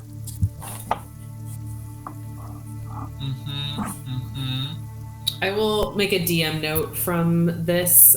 This is more because I don't want Arena to go with you all, and she will not be in danger during the scene. Normally, I wouldn't tell you because it reduces risk, but I don't want anyone to miss out on RP opportunities unless you don't think your character would truly go. Just for what it's worth. Well, Arena, do you promise not to be in any danger while we're gone? Yes, of course, I promise. I'm just going to go straight to bed. Good enough for me. All right, let's go. Yeah. Danica will also agree to keep an eye on things. Uh-huh. Don't trust that, but whatever. Does Courage think she can trust Danica? Yeah, roll an insight check. Yeah. Shantea, guide me. Oh, dang. Dang. 27. Yeah, Danica is really fucking trustworthy. You don't know if you've ever trusted someone so much in your life. Danica, I like you. I trust you. And y'all lied about your names. When do you get off? Well, aren't you so sweet? We usually shut the bar down around 10:30. and I'm sure you want to spend time with your family, but it would be great if we could chat a little bit more. It's between us, Victavio was not as knowledgeable as we'd hoped. Oh, well, he seems to know a lot from where I'm sitting, but of course, I'd be happy to chat with you. Did he really have a monkey? Well, yes, but we don't allow monkeys in here, so, this monkey has to stay with Dear Blinsky down the street.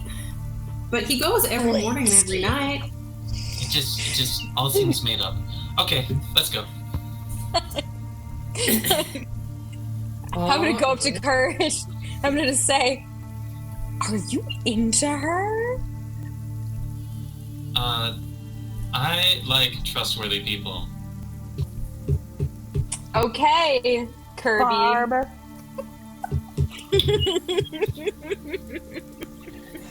It's none of my business, I guess. No, Kirby's over there, points at Lucian.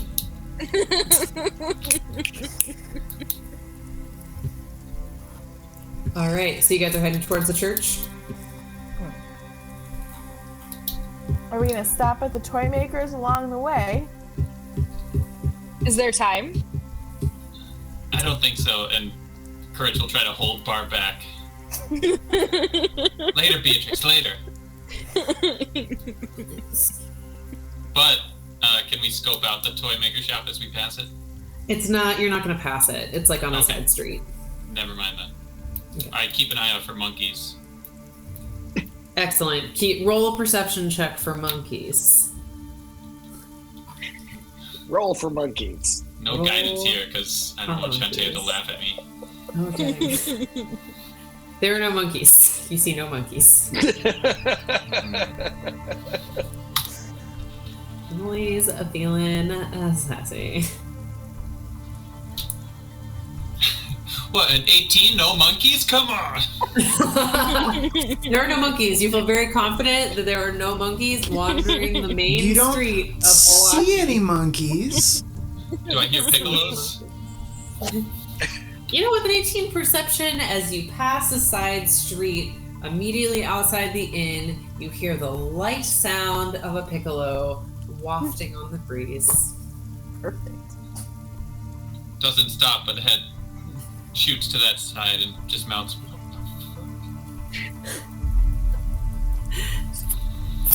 All right, you all head down like this main thoroughfare that you came in on, per the directions, and eventually you see this slouching, centuries-old stone church. It's got like a bulging steeple in the back, and its walls are lined with cracked, stained glass windows depicting pious saints.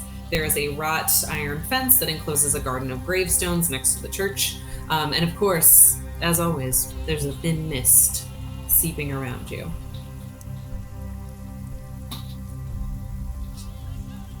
Did we Is pass this, the mansion to church- get to the church, or did we not?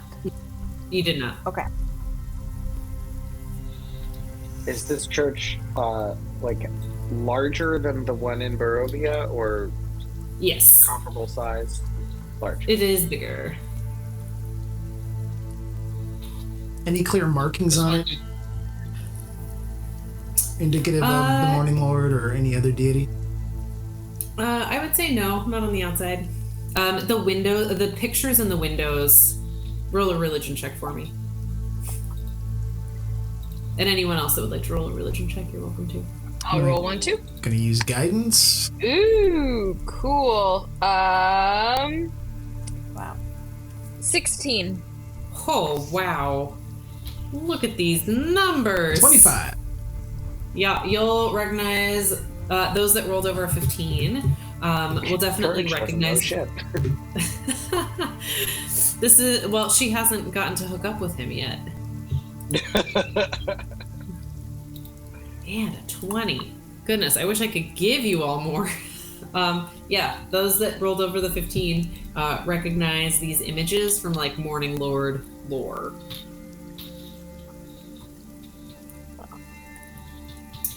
So you go inside? Ismark, did you know that there was a Morning Lord temple here? I thought we only knew there was one further west. I assumed that every town had the temple to the Morning Lord. He does seem to show up places. I think you're thinking of the Abbey. It's like it's the really big one, as opposed to like this normal sized church. Okay, but this doesn't surprise you. Not at all. Above the table for a second. Remind me, do they call him Lathander here, or is it Paylor? Lathander is what I've been going with. At least in the text, he's exclusively referred to as the Morning Lord, but because we've been referring to him as Lathander, it's fine.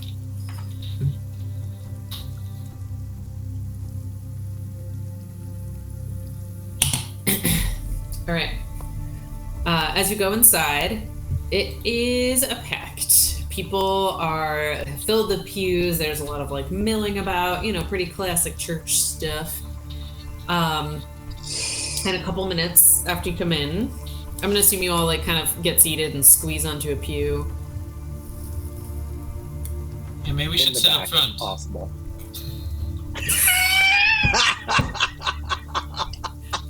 Where do you sit? Just make eye contact with the party. Hello. I mean, Callow would initially try to go to like the first pew that we approach as we walk in, so as not to go further into the church. You're right. Maybe discretion at first. You are very smart. Right. So we're all sitting in the back then. If you want Yes. to. Yeah. Okay. All right. As you get settled, eventually you see a man come out from the front. And he is the type of guy that's just like has a presence. He is tall and broad. There's a hush immediately when he enters. It's like every eye snaps to him, including y'all. Like you don't know him, but you know. One of those guys that captures attention as soon as they walk into a room. He's got this long gray hair, but it's styled very neatly. He's got an open face, twinkling blue eyes, sort of a hint of a smile at the corner of his lips. I would say people are either smiling or they look enraptured. He's wearing this fine, long red velvet coat. It's clearly expensive, with some gold trim over a gleaming gold breastplate. He's got well-fitted trousers, shiny leather boots, and is wearing like a big signet ring that like you can even see from the back of the church because it's big. He's mesmerizing, but does he seem trustworthy? You can roll an insight check. He hasn't said anything. He's just walked in. But... I'll wait for him to say some stuff. Okay. Before I do that. It's a little gaudy. So he walks to the front and he's like, all will be well. And the whole congregation repeats together like, all will be well. All will be well. All will be well. Oh, Morning Lord, hear our thanks at the setting of the sun, for you have bathed us in your glorious light since the day began, and given us the will and strength to do your bidding. Forgive me for my shortcomings as I humbly ask that you remain with us through the coming night, watching over us through the hours of darkness, that we may wake refreshed with hope and courage to begin your work anew in the dawn to come. And everyone will be like, all will be well. And then he will proceed to give what can only be called a fire and brimstone type of sermon about the dangers of the Devil's Strahd, and the importance of presenting this united front against the Devil's Strahd, which we can only do through happiness and joy. And people are like freaking out. They're like very excited. like, oh, praise be to the morning Lord. Like, Father Vargas, you speak truth. Some people are openly weeping. Like, they just seem very into this. It is very much like an evangelical kind of situation. And he goes. He is explicitly naming Strahd when he is not just saying the devil. He is explicitly naming Strahd. No, I'd say he says the devil Strahd first, and then after that it's just the devil. Okay, so at one point he said he clarifies Strahd. Okay. I'd say so.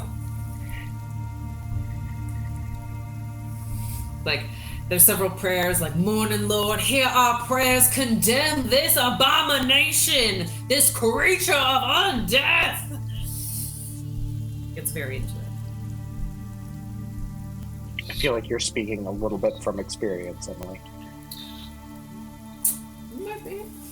Being a churchgoer, does it seem like the priest, the speaker, really believes this?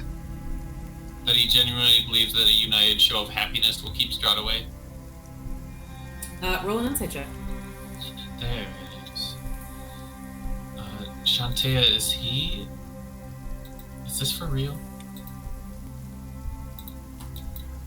Is the little guidance? Oh, 11. 11. Yeah, he believes it.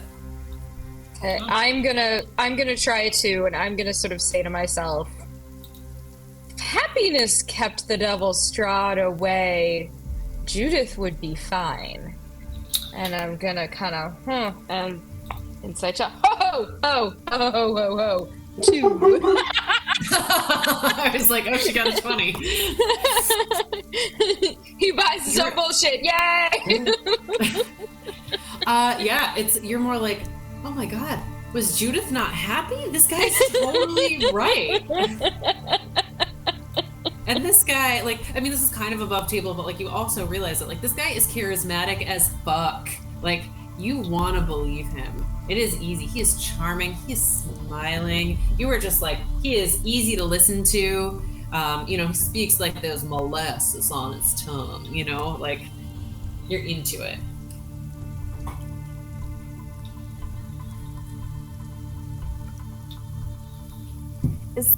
Is there anyone that seems like they don't belong there in the church? Mm-hmm. Make a perception check. Shit.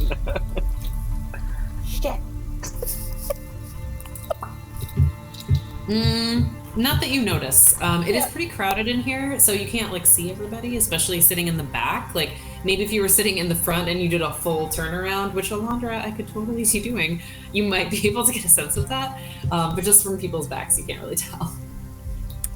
I rolled a 1, y'all. Too bad you're not halfling lucky anymore.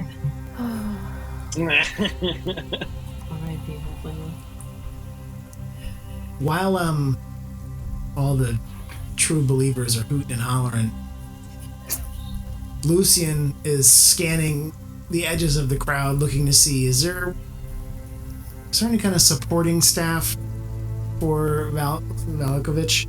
Anybody like out with the money plate, fleecing the flock? Another great question. Perception check for you as well, please. With He's guidance. No better than me. And a default. 14. 14? So you definitely, like, one is really obvious and would be to all of you, which is that there's an altar boy. I'd say is 14 too old for altar boys? I don't feel like it is. No, you get confirmed at 14, so this could have been like one of his last alterings. All right. These are the things I need to know. Because it works very differently in our church. Yeah, so there's like an altar boy that's definitely like assisting Father Vargas with various religious tasks that I didn't think through. So he clearly works there. And I'd say that's the only one that you notice. They do pass around a collection, he does pass around a collection tray. He sort of like starts them in the front and then people pass them through about 3/4 of the way through the service.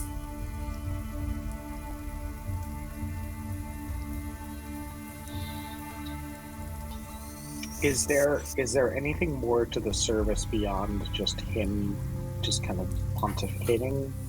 Or are there like rituals that he is taking part in? You don't have to describe them if you're not, but I just is this like a Father Vargas show, or is he also sort of like going through all the other motions? There are some prayers that people participate in, but for the most part, this is the Father Vargas show. Any singing? I'm gonna say no, not for this particular service. Great. Courage will add 5 coppers to the tray. Oh, all right. When you do that, Father Vargas actually makes eye contact with you and gives you like a little wink, and it is charming as hell.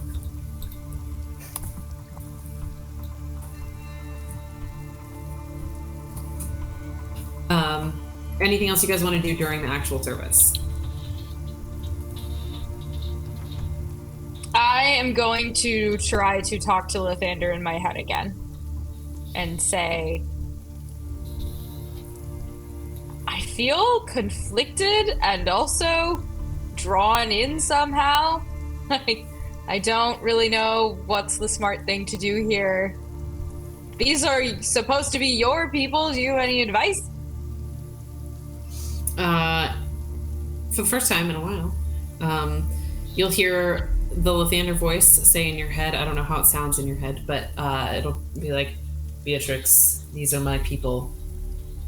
Follow, trust. Okay.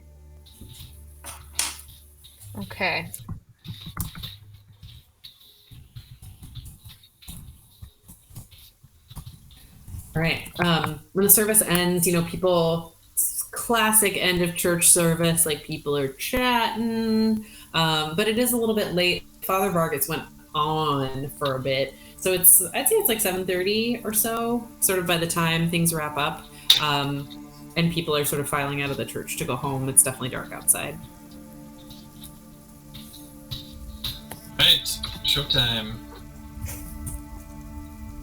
Father Vargas is at the front chatting people up. Yeah, we'll head up to the front. All right. Should we all Well- go? Up to you. Courage will take lead. Quite the service, Father Vargas, I presume. And you do this every night? Well, it is lovely to meet you. Yes, I am Father Vargas. Thank you so much for that kind compliment. What's your name? You must be new to town. I don't know you. My name's Courage Puredeed, champion of Shantea. Oh, Shantea. Wonderful. It is lovely to meet you. As you said, I am Father Vargas. What about the rest of your group here? Well, these are my compatriots, but actually we would prefer if we could speak to you in a more discreet location instead of here in front of everyone. Oh, well, of course. I receive visitors at my home during business hours. If you'd like to come by, I would be happy to meet with you. We'll try to take a look at Ismark to see if he wants to say anything. Yeah, Ismark will come forward and be like, yes, I am Ismark from the village of Barovia. I am a newly minted burgomaster there. And Father Vargas will shake his hand and be like, well, it is just a pleasure to meet you, son. I regret I never got to meet your father. I assume he passed. And Ismark will, nod and looks at it and be like, I am so sorry, son. I hope all will be well with your family in time. May the morning Lord rest his soul. And Ismark will thank you. I would like to speak with you about perhaps diplomatic relations between our communities. Yes, of course, son. Come by tomorrow, perhaps with this group, and we can perhaps make an arrangement. I guess tomorrow then. I'm just Wonderful. gonna peek through and be like, is there any way you can make an exception and chat with us this evening? Well, it is getting mighty late. Is there a reason you need to speak with me tonight? Of course, I would not deny followers and pupils of Lathander, as it is my duty to be both the political and spiritual leader of the town in this desperate time. We do have some tasks that are, coming up tomorrow, so if we can talk today, that would be great. That, and I would say our discussion is most urgent. Ismark's father's passing was not completely natural. As you know, these are dangerous times, and how sure can we be that we'll still be able to speak with you tomorrow at all? Well, son, of course you'll be able to speak with me tomorrow. You all are so safe here in Vallaki. We are happy to have you. We will keep you safe. Come by first thing in the morning. I assure you, you will be here unless you're planning to leave. I cannot guarantee your safety if you leave these walls, of course. Guarantee? Oh, yes. How do you guarantee it? Well, as you've seen, we have fantastic security at the walls, and of course, we have our deeply held beliefs and philosophy. You don't have an arrangement with Strahd? Of course not. I'm so sad to hear you say that. Perhaps I wasn't clear enough in my sermon. No, it's that our hearts are filled with joy. Miss, what's your name? I'm sorry I didn't catch it. Sorry, my name's Elandra. Elandra, it is a pleasure to meet you. You are just lovely, like the dawn. No, of course, everyone... We don't mean to be, to doubt you, sir, but it's just, we heard that Father Vestroni disappeared, and when a holy person has disappeared, it raises questions and concerns. Wait, I think you mean Father Petrovich? That one. Ah, yes, I'm sorry. You know how these things work, and you all being new to town and all. Where'd you say you were from? Faerun. Faerun. Is that where that Rotavio is from? That sounds familiar. We don't have a lot of guests here. No relation. Oh, okay. Well, of course, I'm sure it's a big place. Not like everyone in Vallaki is related, of course. Yeah. No, Father Petrovich's disappearance was quite disconcerting. We are all worried sick about him, but he left a note saying he had to run an errand outside the walls, and when people leave unescorted outside the walls, they often don't come back. It's a tragedy. Lathander, rest his soul. Beatrix is gonna step forward with her shield sort of out on her arm and say, Father, I believe we share a calling. Ah, my darling. May I give you a hug? Sure? I do clink a bit. Sorry. Well, that's quite all right. Me as well, pointing to his breastplate that he's wearing. And he'll give you, like, a pretty good hug. Okay. Not a creepy one, like a nice one.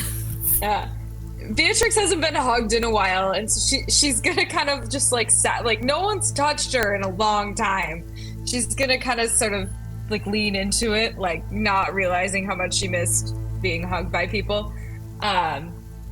And she's gonna say, I was sent here to fight the Double Strahd any way that I could. So whatever it is that you are doing to keep him away, I certainly support that. Well, I cannot tell you how thrilled I am that you are here and that Lathander has sent you to us. Such a pleasure. The main thing that we do here in Vallaki to keep the Devil Strahd away is to be happy. And who doesn't like to be happy? Lucian's he's just not buying any of this. He's looking for insight. There's just this guy's demeanor. All you have to do is be happy. Don't worry, be happy. Is his. Yeah, Lucian's not buying any of this. Is he like hiding it on his face? Like, is he trying to like keep stone face, or is he showing how he feels. He's keeping it stone-faced, but I'm trying to catch like Elandra's eye, Callow's eye, Courage, only lacking trying to gain attention from Beatrix because she's directly speaking to Valakovich at this point. So, I mean,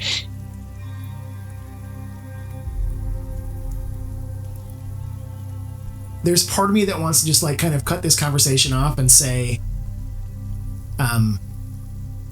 we've just told you that we've come quite a distance, and with us is the son of the fallen Burgermeister from Barovia, the place where this devil that you have just spoken about and against for more than an hour. And you can't make time to speak with us now, even though you're standing here making small talk. There's no chance that we couldn't discuss this now. And with that, he's gonna put a little grit into his voice, because he's disgusted with how this guy is trying to kind of slickly push us off. Go ahead and roll intimidation as part of that. He's gonna do that with guidance.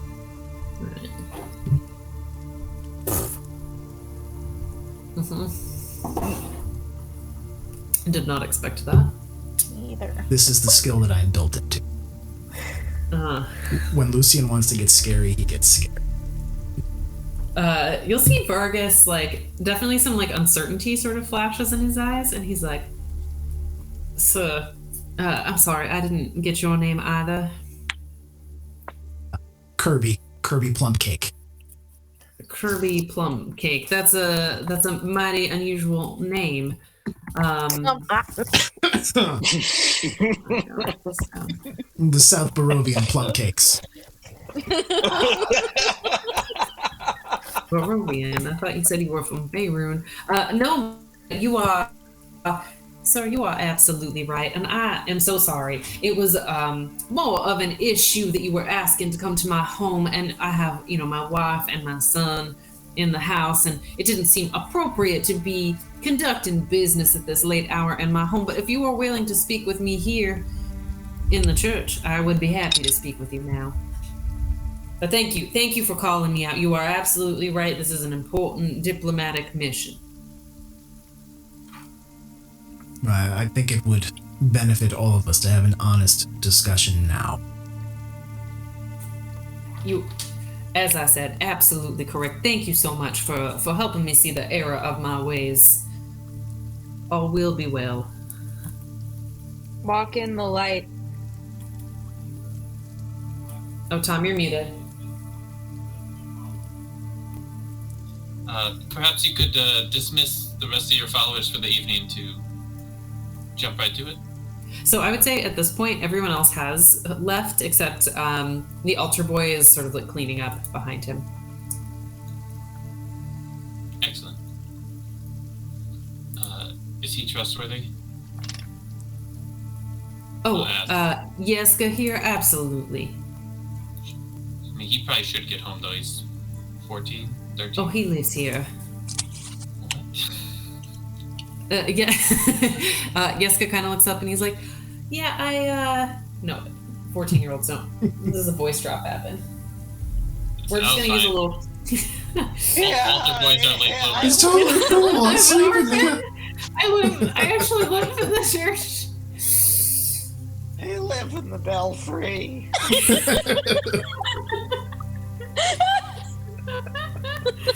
Father Petrovich took me in.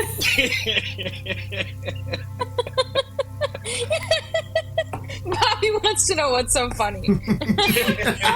My name is Jamal. Hi. Hi. Bobbers. Bobby will live in the bell tower. Oh, yeah, I'll cuddle with Yeska at night.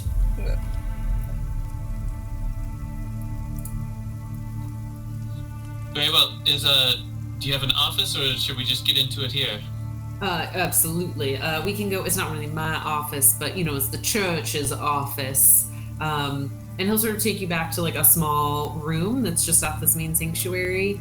That just like sort of has a desk and for administrative purposes. And you can all kind of like squeeze into this room. You don't all fit comfortably, but you could all stand there and close the door. Can on the way, can Courage tail a little bit to catch up with Lucian, but a bit further back from Father Vargas. Yeah. And trying to be discreet about it. It's a good call there, Lucian. Keep up the good work. And we'll offer to fist bump. Lucian just kind of... And we'll force it and cast Enhance Ability to give Eagle Splendor.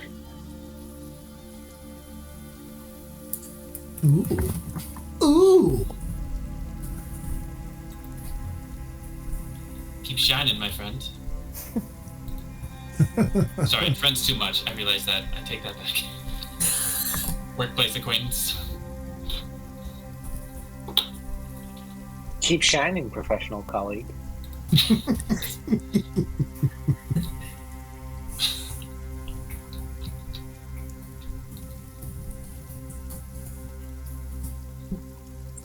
So I assume you all sort of crowd into this room.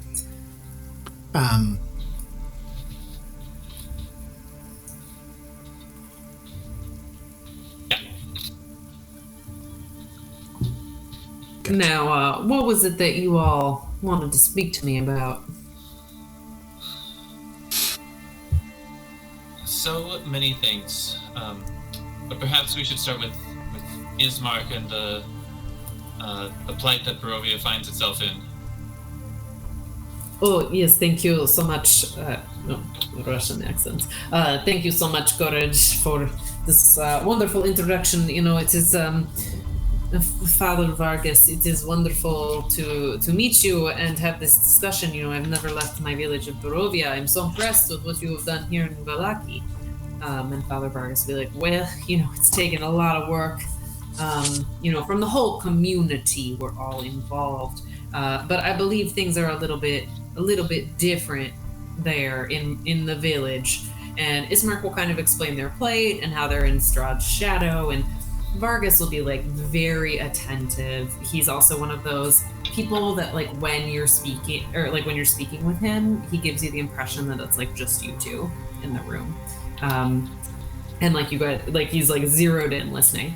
And Ismark, outlines the details of their situation and asks for advice. Is there anything you guys like want to add in here, or anything specifically RP wise you want to make sure that we cover, or I can outline for you? So for Ismark and Arena, Lucian's primary goal is to gain them some type of permanent lodging. Though he does not want to reveal why they have come here in any detail. He doesn't want to speak to the fact that Strahd is after Irina. Just that things in Barovia have become bad enough that the current Burgermeister has to relocate his sister, and expects the support of the governing bodies of this town to assist in that. Of course, we do have homes, and we can absolutely make sure that Arena is set up in one of those homes, and big enough, of course, for you to be able to come and stay and visit if that's truly what you believe is safest for her.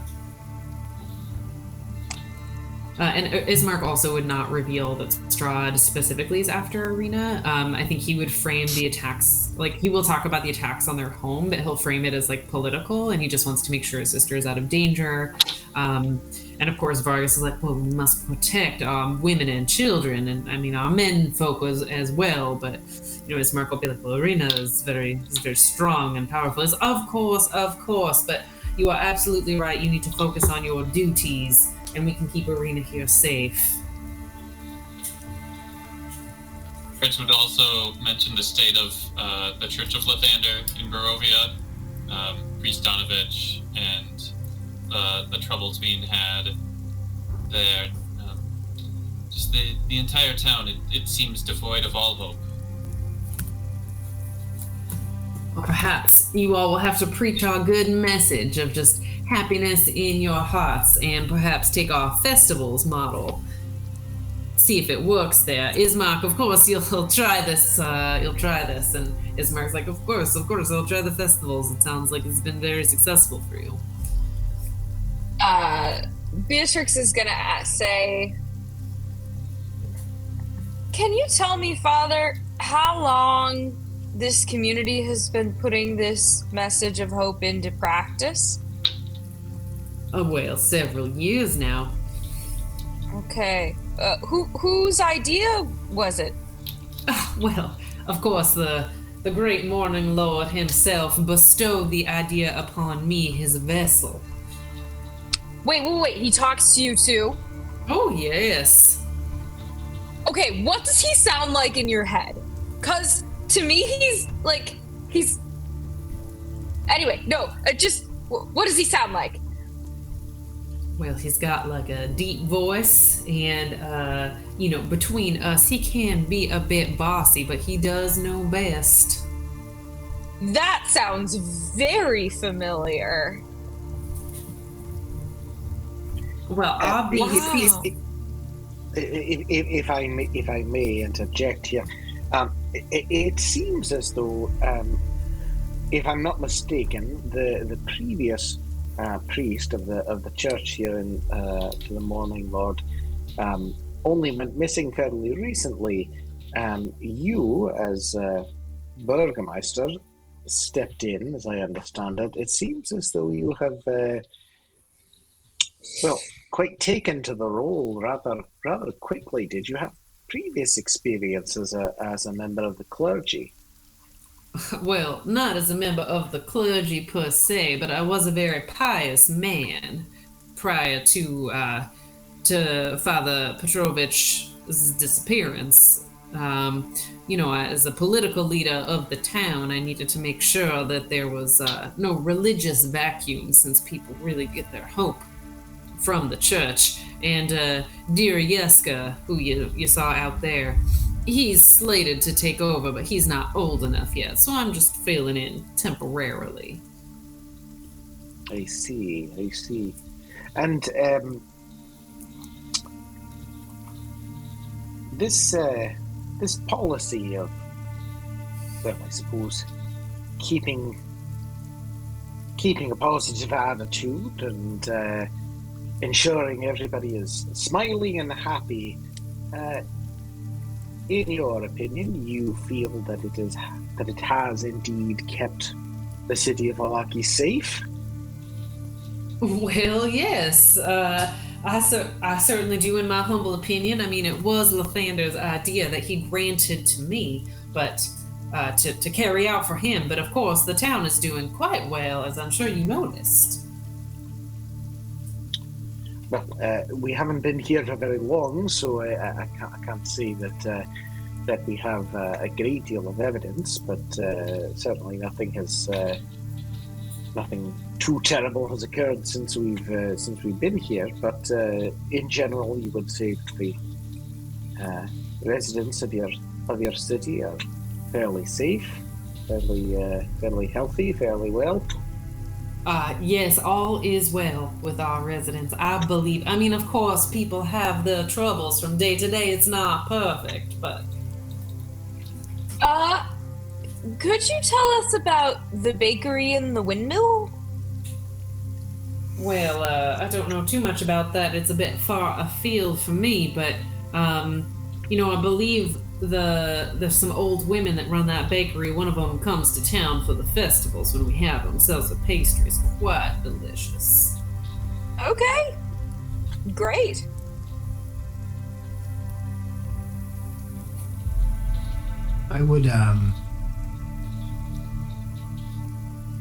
I would like to ask you a few difficult questions, Burgomaster. Since coming into your town, we have seen what I would only call a plague of the soulless smiling their way about your city streets. We were told that if we didn't smile as we walked around, that the guards might approach us. In what way do you truly believe that smiling and hope itself is what is protecting you against Strahd? What proofs of these things do you have? Well, my, I see you are astute. I mean, the soulless... Oh, I don't know if this is a thing that we're... The soulless are a problem in Barovia in general. As you know, this is not something I can affect. You're either born with a soul or you aren't. It's just the way things are here. But certainly I believe the results of the happiness speak for themselves. I don't know who told you you need to be smiling all the time. Of course you feel any way you want. The people that we are concerned about are those that allow darkness to fill their hearts. And you, sir, Mr. Kirby, I don't believe that you are a person with darkness in your heart, are you?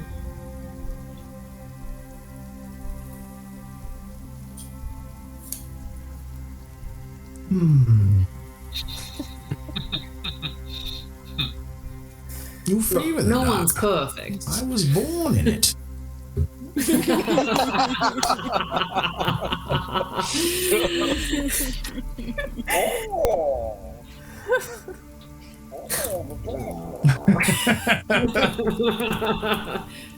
Precarious. So you truly believe that it is this hope, this happiness, that somehow keeps these walls safe from the Devil's Strahd? I don't just believe it, I know it. Come, why don't you all come as my special guests of honor to the Festival of the Burning Sun, Blazing Sun, in 2 days' time. He doesn't mess up, sorry, Emily messes up. Be my special guests. Come and see how it works. I mean, might as well, right? What? Sounds good to me. What happens to those who aren't happy here? Well, of course, we do our best to make them happy, my dear. And how do you do that? Oh, they either attend a festival. My darling wife, she is so beautiful. She, Lydia, if you come by the house, and you are so welcome to come by any time, she hosts these wonderful tea parties that people just love. I think that really makes them happy, too. Is there something in this tea that makes them happy? Oh, of course not. I mean, caffeine, if they want it, makes anyone happy, but... It just seems a little weird. What about it is weird, my dear? Going to a festival is just going to turn someone from, unhappy to happy? Of course! Have you never been to a festival? What happens at these festivals? Well, different things depending on the day.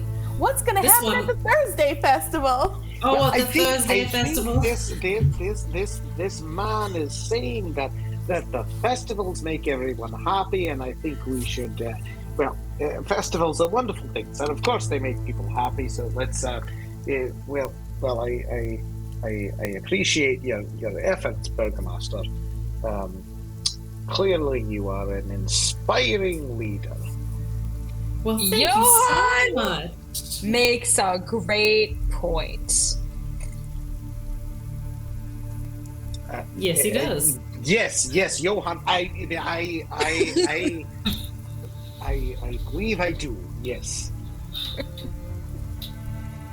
Well, Mayor Vargas, thank you for giving us the time and hearing us out here. You've given us a lot to consider. In the meantime, we have been known, Ismar can speak to our ability to be a bit of a problem solvers. Perhaps we could help look into Father Petrovich, perhaps assist in his recovery of whatever fate he seems to have found. You mentioned a note that he left. Would it be possible to see that? I suppose I have it here. And he will sort of rummage through the desk drawers and pull out a piece of paper that has very clearly, like, hastily scrawled on it, that says he needs to run an errand outside the walls, and signs it in his name, Father Vargas. No, not Father Vargas, Father Petrovich, sorry. Is the handwriting that we have ever seen before? No.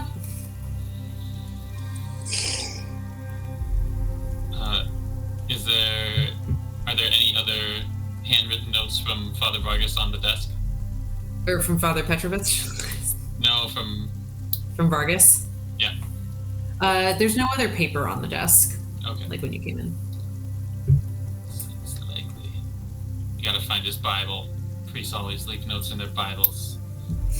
Courage thinks to herself silently. Yeah. It was like, I can show you my Bible from way back when. You got all kinds of notes in there. Emily, you have company.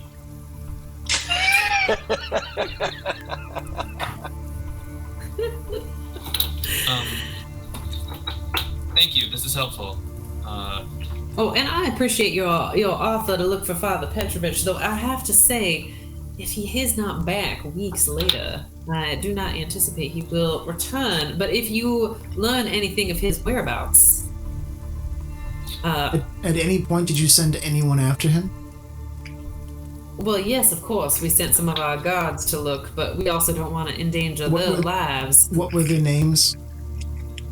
The guards that we sent? Mm-hmm. We sent... fuck. I closed things that I didn't mean to close. We sent... Random name generator. I have a special one. Kosmina Halanova and Dmitry Volkanovich. You don't seem particularly bothered by the fact that your predecessor, Father Petrovich, simply disappeared, and in fact that you seem rather resigned to this fact that he may have met an untimely fate. Oh, I'm trying to put on a brave face for y'all, and I guess I'm happy to hear that it is working, but of course, we are very upset about it. Father Petrovich was beloved by all, and in full disclosure was my brother-in-law. Insight check. Insight check. Go ahead. For fuck's sake. Never mind. I want to do one too. I trust him. Great. I don't. I'd like to roll an insight check for this entire interaction. All right. Well, you have to tell me more specifically what you want. Yeah, while they're asking that question, though, I had a follow-up question about the guards. Is there a captain of the guards or a leader, some kind of commander of whatever guards you have in this town? Maybe not a commander per se, but my ward, if you will, Izek Stradsny, is a bit of a leader of the guards. He's probably back at home by now. He lives in my home. I'm sure he would be happy to speak with you.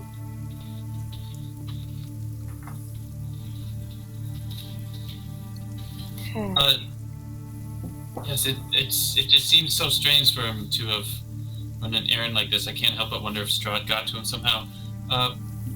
Perhaps we could look into his background. Where did Father Petrovich live? Well, he lived right over here in the parsonage that's next door to the church.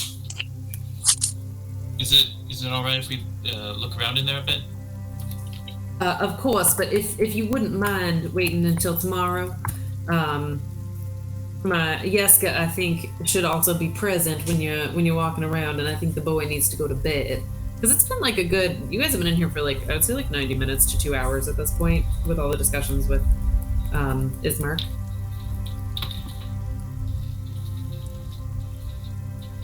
I'm sure you'll understand a young boy needs to get his rest, but you're welcome to look around the place tomorrow.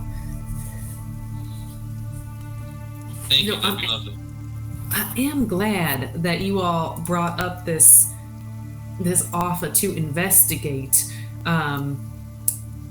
We've actually had a couple of disappearances in my own home that I am also quite concerned about.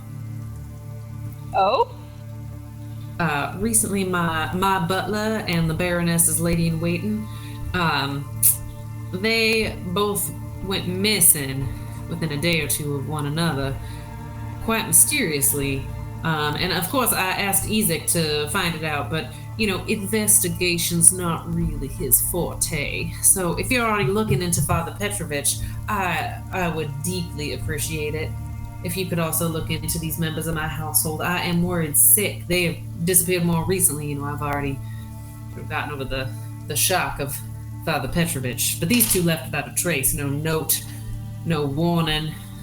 I just want to make sure they're okay. You said Baroness? The Baroness's lady-in-waiting disappeared. No, I didn't know there was a Baroness. Oh, yes, I'm sorry. Did I not mention? I thought I mentioned my beautiful wife, Lydia, who hosts the tea party. Oh, she's the Baroness. Oh. Yes, it was my wife. Okay. We are the burgomasters, but also come from a royal lineage. Okay, so you're the Baron Burgomaster. Precisely. I have a lot of titles, I know, but I really just prefer Father Vargas now, man of the people, as it were. Okay. Callow will sort of tug on Lucian's sleeve and kind of whisper to him, I don't think the idea of a butler and a lady-in-waiting disappearing mysteriously within a few days of each other is necessarily our top priority, if you know what I mean. You whisper this? Yeah, or as quietly as possible. Yes. You're in a very small room, just as a heads up. Well, fine, but I'm also very close to the ground. That's it's okay. I just there's a good chance he overhears you.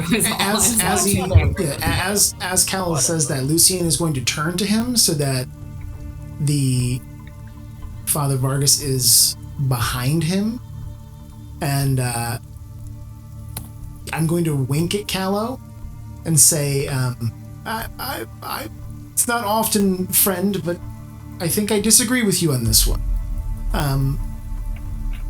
The Father has been rather forthcoming through all of our questions. I think it only fair that we assist him in this task. And then turns back. Man. Yeah. Then shall we? Can I just ask? Can Go for it. Lucian roll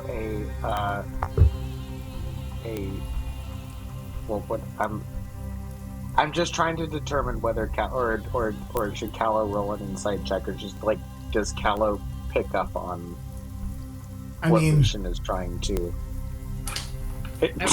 How obvious! Roll an insight check, and I'd say Lucian, you should roll. Can you do both a performance and deception check for me? Let's do performance is for Callow, so Callow, that'll be against your insight, and the deception is for Vargas. There's my performance. Ooh, that was a natural 20 on the insight. So nice. Okay, so you definitely know Lucian well enough that you're like, yeah, he is definitely like. You went to performance. What was the other one? Deception. Yeah.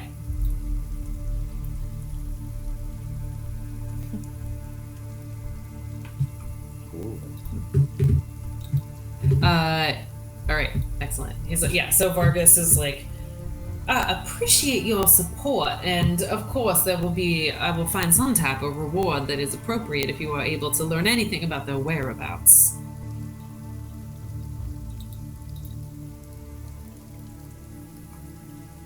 That Eagle Splendor's coming in clutch. Huzzah. I was wondering if that's what the little plus sign meant. Yeah. Ah, so cool. Yeah, if you click on it, it should show you that it rolled 2 d20s and took the higher. Rolling with it there. It does not show that. It does for me. Yeah, when I click on plus, it shows like both rolls. So he rolled both a 14 and a 7, and then had a plus 5. I gotcha. Cool. Is there anything else that was really pressing tonight? I would love to get home to Lydia and Victor. I believe that's. I'm sure there's many more things to discuss, but we can call it a night for tonight, and we'll be by sometime tomorrow, well before 6, to catch you at home to perhaps look into the lady in waiting and your dear butler. Wonderful. I'm so pleased to hear it. It was just a pleasure to meet you all. I'm so sorry I couldn't greet you with more beverages. We'll make sure you're quite comfortable when you come to visit tomorrow.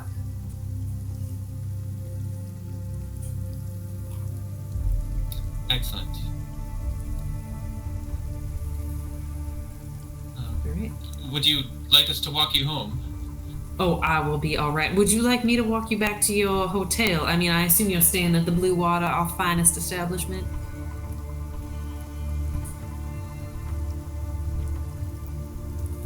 No, I think we'll be fine. We came here only recently. I don't expect we'll be likely to get lost. I hope not. It is a straight shot. But please give my best to Danica and Erwin. They are just delightful. Right, their beet soup is. It's wonderful. Inside no. Alright. Let's go. But Courage would like to want to keep an eye out for what's his face, the altar boy on the way out. Yeska is his name. Yeah. Sure. So do you let Father Vargas leave in front of you? Yeah, that would be great.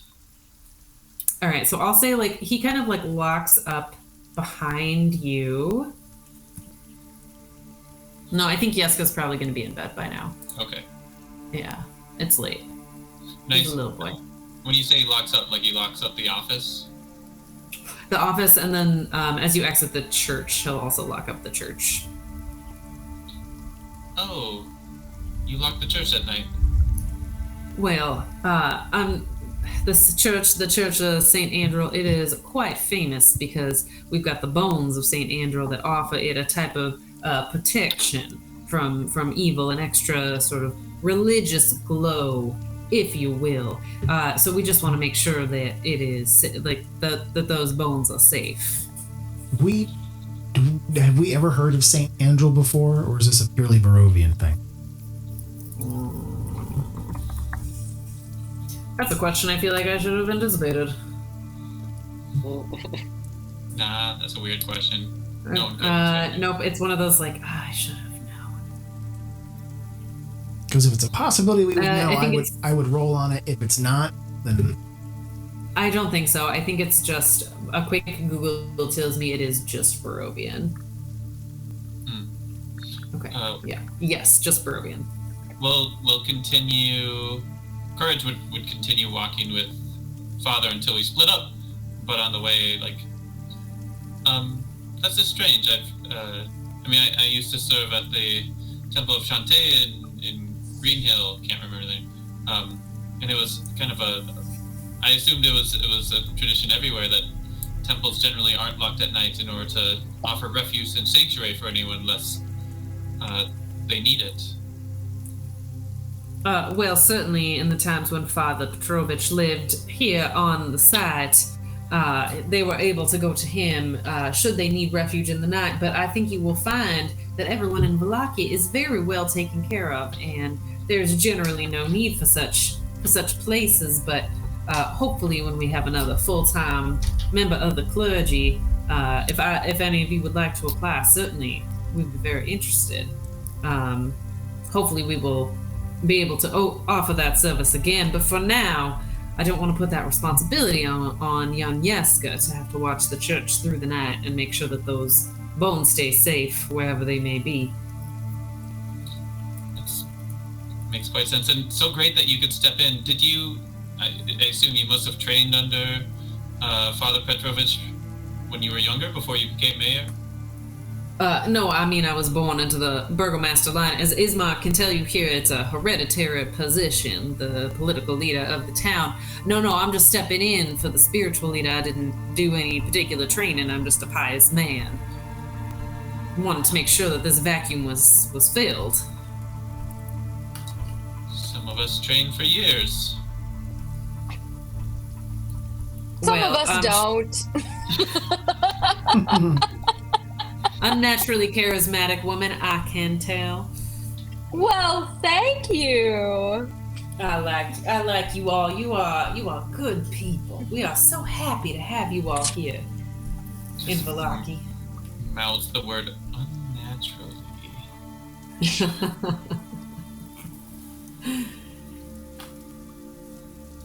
All right. Does he split off from us? Yeah. So when you get pretty close, like when you get close to the inn, there's a road that goes off to the right that he takes. Lucian's Good night, Father. Lucian's gonna wait until he just gets out of sight, and then he's gonna follow. Okay. All right, so a couple of follow-up questions. So when you say good night, he'll be like, "Good night, may all be well with you all until the morning. I look forward to seeing you at my home. It's just down the street." Walking the light. May the dawn find you well. Well, thank you. You too. All right, so follow-up questions. Does anyone else go? Lucian, do you want to try to sneak away from the group to do this? Like, who are you trying to? No. Once he's kind of out of earshot, I'm going to turn to them and say we should follow him, and see if some of us, whomever wishes to come with me, I'm going to follow him and see if he goes where he said he was. I'd like to see if he speaks with anyone on the way. I'll go. I don't trust him. And what I'd like to do is kind of get up to like the edge of the building, like wherever he walked, as he goes out of sight. I want to try to rush up to the corner of the building and just kind of peek around it and see if I can see him. I was thinking we should sneak into the patronage tonight, but that might be too much for us. Lucian, why don't you take a few? I'll stay back. I'm less sneaky in all this. Yeah, I clink. Well, we'll be back shortly. If all goes well, I plan to send Carradine aloft and see if he can't follow the Burgermeister home. Okay. Yeah, we'll head back to the Blue Inn. If there's trouble, have Carradine come trill at us or something. Okay. So who is headed back? Courage, Beatrix. I guess Callow would go back with them as well. I don't think that Callow would follow. So Elandra, do you go with Lucian? Yep. Okay, both of you go ahead and roll stealth checks for me. Stealth? Yes. I was gonna cast guidance on myself, and I will absolutely need it. A whopping 9. Okay. Well, hello. Two strangers from out of town, just kind of. You're coming behind me. Yeah, exactly. So as you guys start to walk down the street, he's walking down this road, and you sort of peek around the building, and then Elandra goes to peek behind you as the others split off. And she knocks into you kind of hard, Lucian, and you're a little willowy, if you will. And you fall over, and there's like a loud oof. And Vargas looks behind him, and he's like, "Are you all right?" Even his passive perception was high enough for your stealth, just for what it's worth.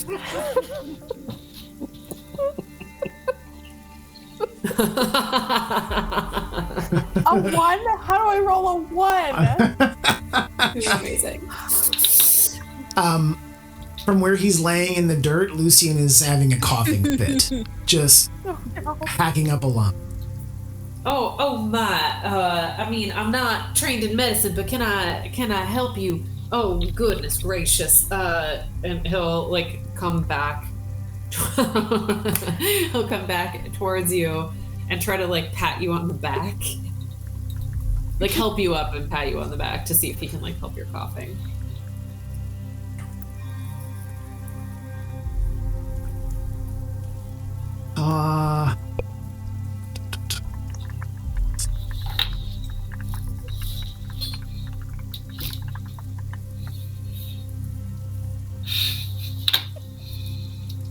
Why don't I see you to the Blue Water Inn?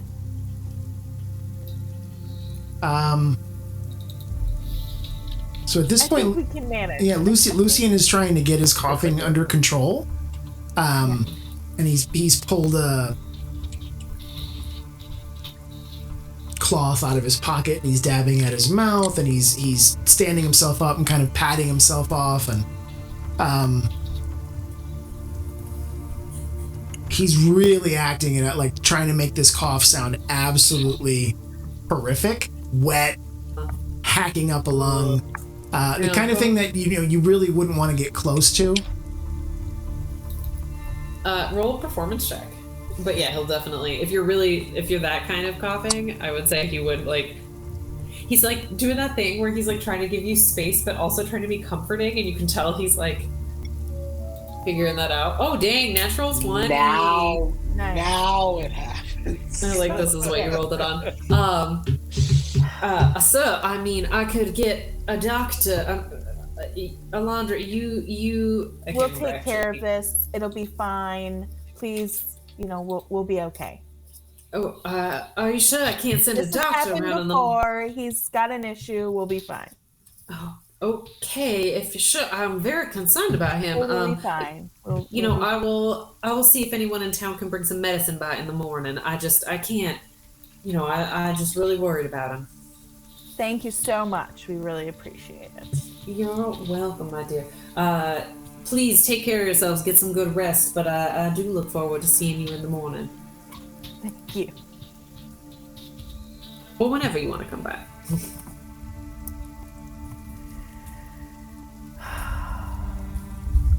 Lucian is going to put like one arm around Elandra, staff in the other hand, turning back toward the blue water, still coughing.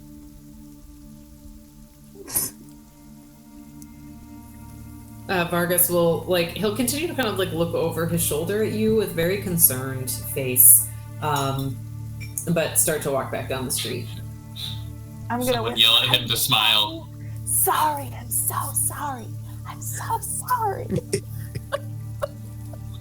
So while this is going on, I am gonna be. I presume we're all sitting back in the blue water, and I'm gonna be trying to sort of stay. Before we head back, Courage would ask, Professor Beatrix, is there any way we could figure out if Vargas messes with the patronage tonight before we get there tomorrow? I don't know. I'm so conflicted. I asked Lathander during that service what to do and whether he had any guidance, and for the first time in a long time he said, "These are my people, Beatrix, trust." And no one's hugged me in a really long time, and I just don't know how to feel. I know rationally that you can't keep away vampires by smiling, but I don't know. Thank God he didn't ask what my name was. I could not have lied to that man. My whole cover would have been blown to smithereens. Barb would have been dear. ruined. Oh, I don't know. Well, in answer to your question, Miss Puredeed, frankly, I'm not quite sure what our aim is at the moment. I think he indeed asked us we offered to look into the disappearance of his father Petrovich, but do we really feel as though this is a significant priority for us at this moment? Perhaps there is something we can do to investigate the parsonage before he has the opportunity to potentially meddle with it. Well, I'm I not guess sure that if there's a way to determine whether or not he changes anything or alters anything in the parsonage, but how about this? I suppose if we were bold, we could Professor! perform our investigation tonight. Yes, sorry. Yes.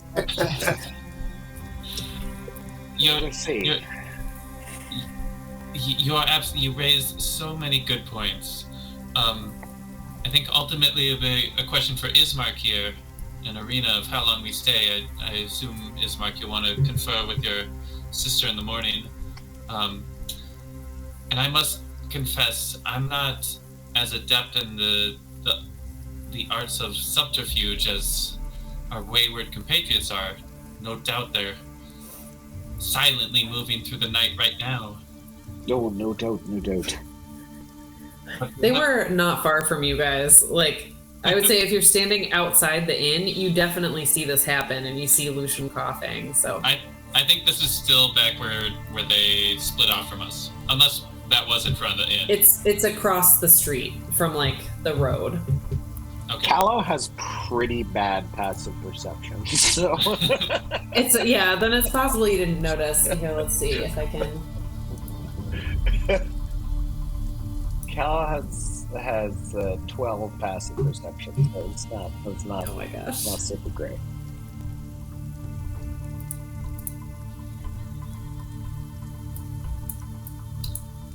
Sorry, keep going. Wait, so where the split off was pretty much back at the inn? Yep. Here, I'm gonna put a picture in the Discord. So N2 is the Blue Water Inn, and the X is where the split off is. And how far back to the chapel? Or the temple? I would say it's a good 5 to 10 minute walk, probably 10. It's pretty far. It's like basically on the by the western gate of town. Well, how about this? Who's up for a bit more of a walk?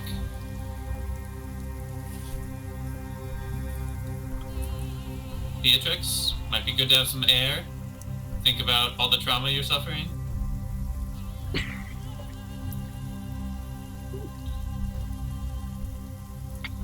Or maybe head straight to the bar. I don't know. Meanwhile, like... What is it you have in mind, Miss Puredeed? Well, I was thinking something as simple as like a little dirt scattered in front of the door. Could catch a footprint, could see if it's disturbed, and then at the very least, if we do go check things out, we'll have some certainty that it's as it was, even after Father Vargas knew someone would be looking into it. We could tie a string or a piece of hair. That was how Judith, that was how Judith used to check if her husband was going through her shit. Beatrix, that's a wonderful idea, and if anyone sees you, you can just say that you were called by Lathander. Oh, so I have to do it? No, I don't think... You have longer hair than me. You should do it. You can have my hair. It's on your head! As it happens, I believe I believe I may have a bit of something in my kit of various.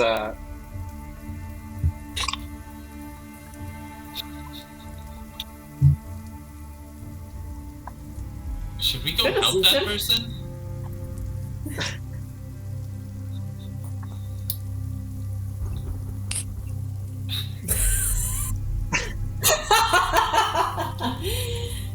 And you just hear like, "Damn it, Elandra!" So sorry. I'm so sorry. So, what are you guys up to? I believe I may have something that may serve our purposes here. In fact, a bit of an experimental solution of mine that, if applied properly, may allow us to know whether or not the parsonage was in fact entered during the night. Lucian, Elandra, I didn't expect to see you so soon. I really messed up, and I tripped and bumped into Lucian, and he fell, and he's we had to dying? get out of there. Well, who can tell?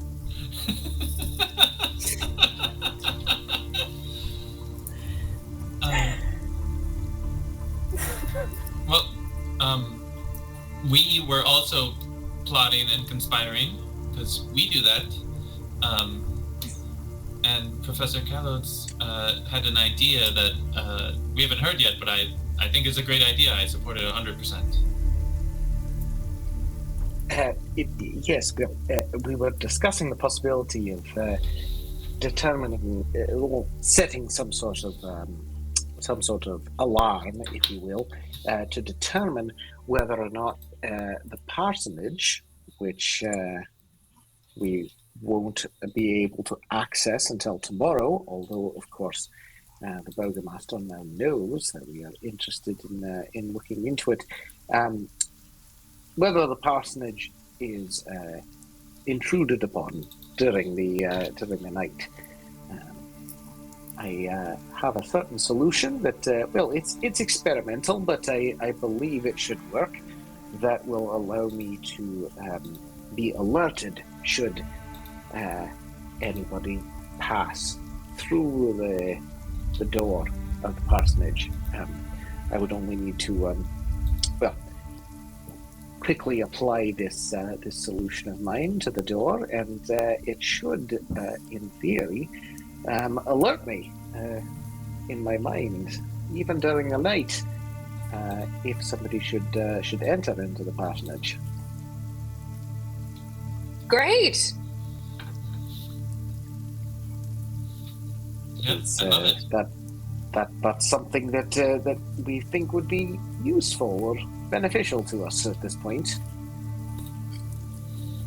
I think so. Can you do it from here? No, I'm afraid I'll need to be a bit closer.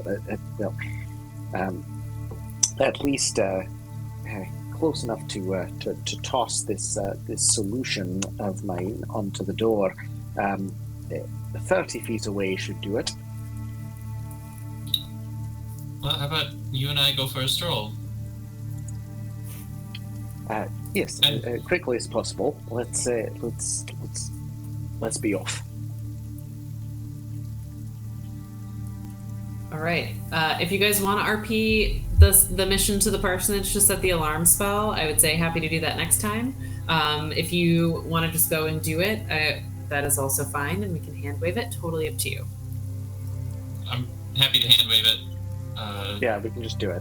We'll offer some stealth guidance or just offer some guidance to Callow before he does anything that he has to do sneaky. Or maybe it's within 30 feet of, Sure. Is there any sneakiness, or is it just kind of... Sure, roll. If you're trying to be sneaky, go ahead and roll some stealth. Okay. That's a 19. Dang. What about you, Courage? I mean, we'll try to be discreet, but won't actually enter the temple grounds. Okay. Yeah, you guys cast it. Nobody seems like there's no really... People aren't really moving about at this time of night. It's pretty late. You very clearly identify the parsonage, cast the alarm spell on the door, and head back. And I would say... And if it wasn't clear, the alarm that I cast is mental. That it is Yes. a mental alert to me. It's like a mental alarm spell, right? Or sorry, it's like a cantrip. Is that right? Well, because you can cast it to like it could be an audible. You can choose whether the alarm is mental or audible. A mental alarm alerts you with a ping in your mind if you are within 1 mile of the warded area. This ping awakens you if you are sleeping. Yes. Okay. I only thought it was mental. I didn't realize you could do it aloud too. You could do it on audible, yeah. And I would say, unless there's anything else you guys want to do, we can pick up next time after your long rest in the morning. Assuming the alarm doesn't get triggered. Assuming the alarm doesn't get tripped, we can check in on that. Yeah, sounds good. Not taking my long rest yet. All right, that's totally fine. You don't have to click the button, and we can resolve that next session. Sounds good. Thanks, team. Welcome to Valaki.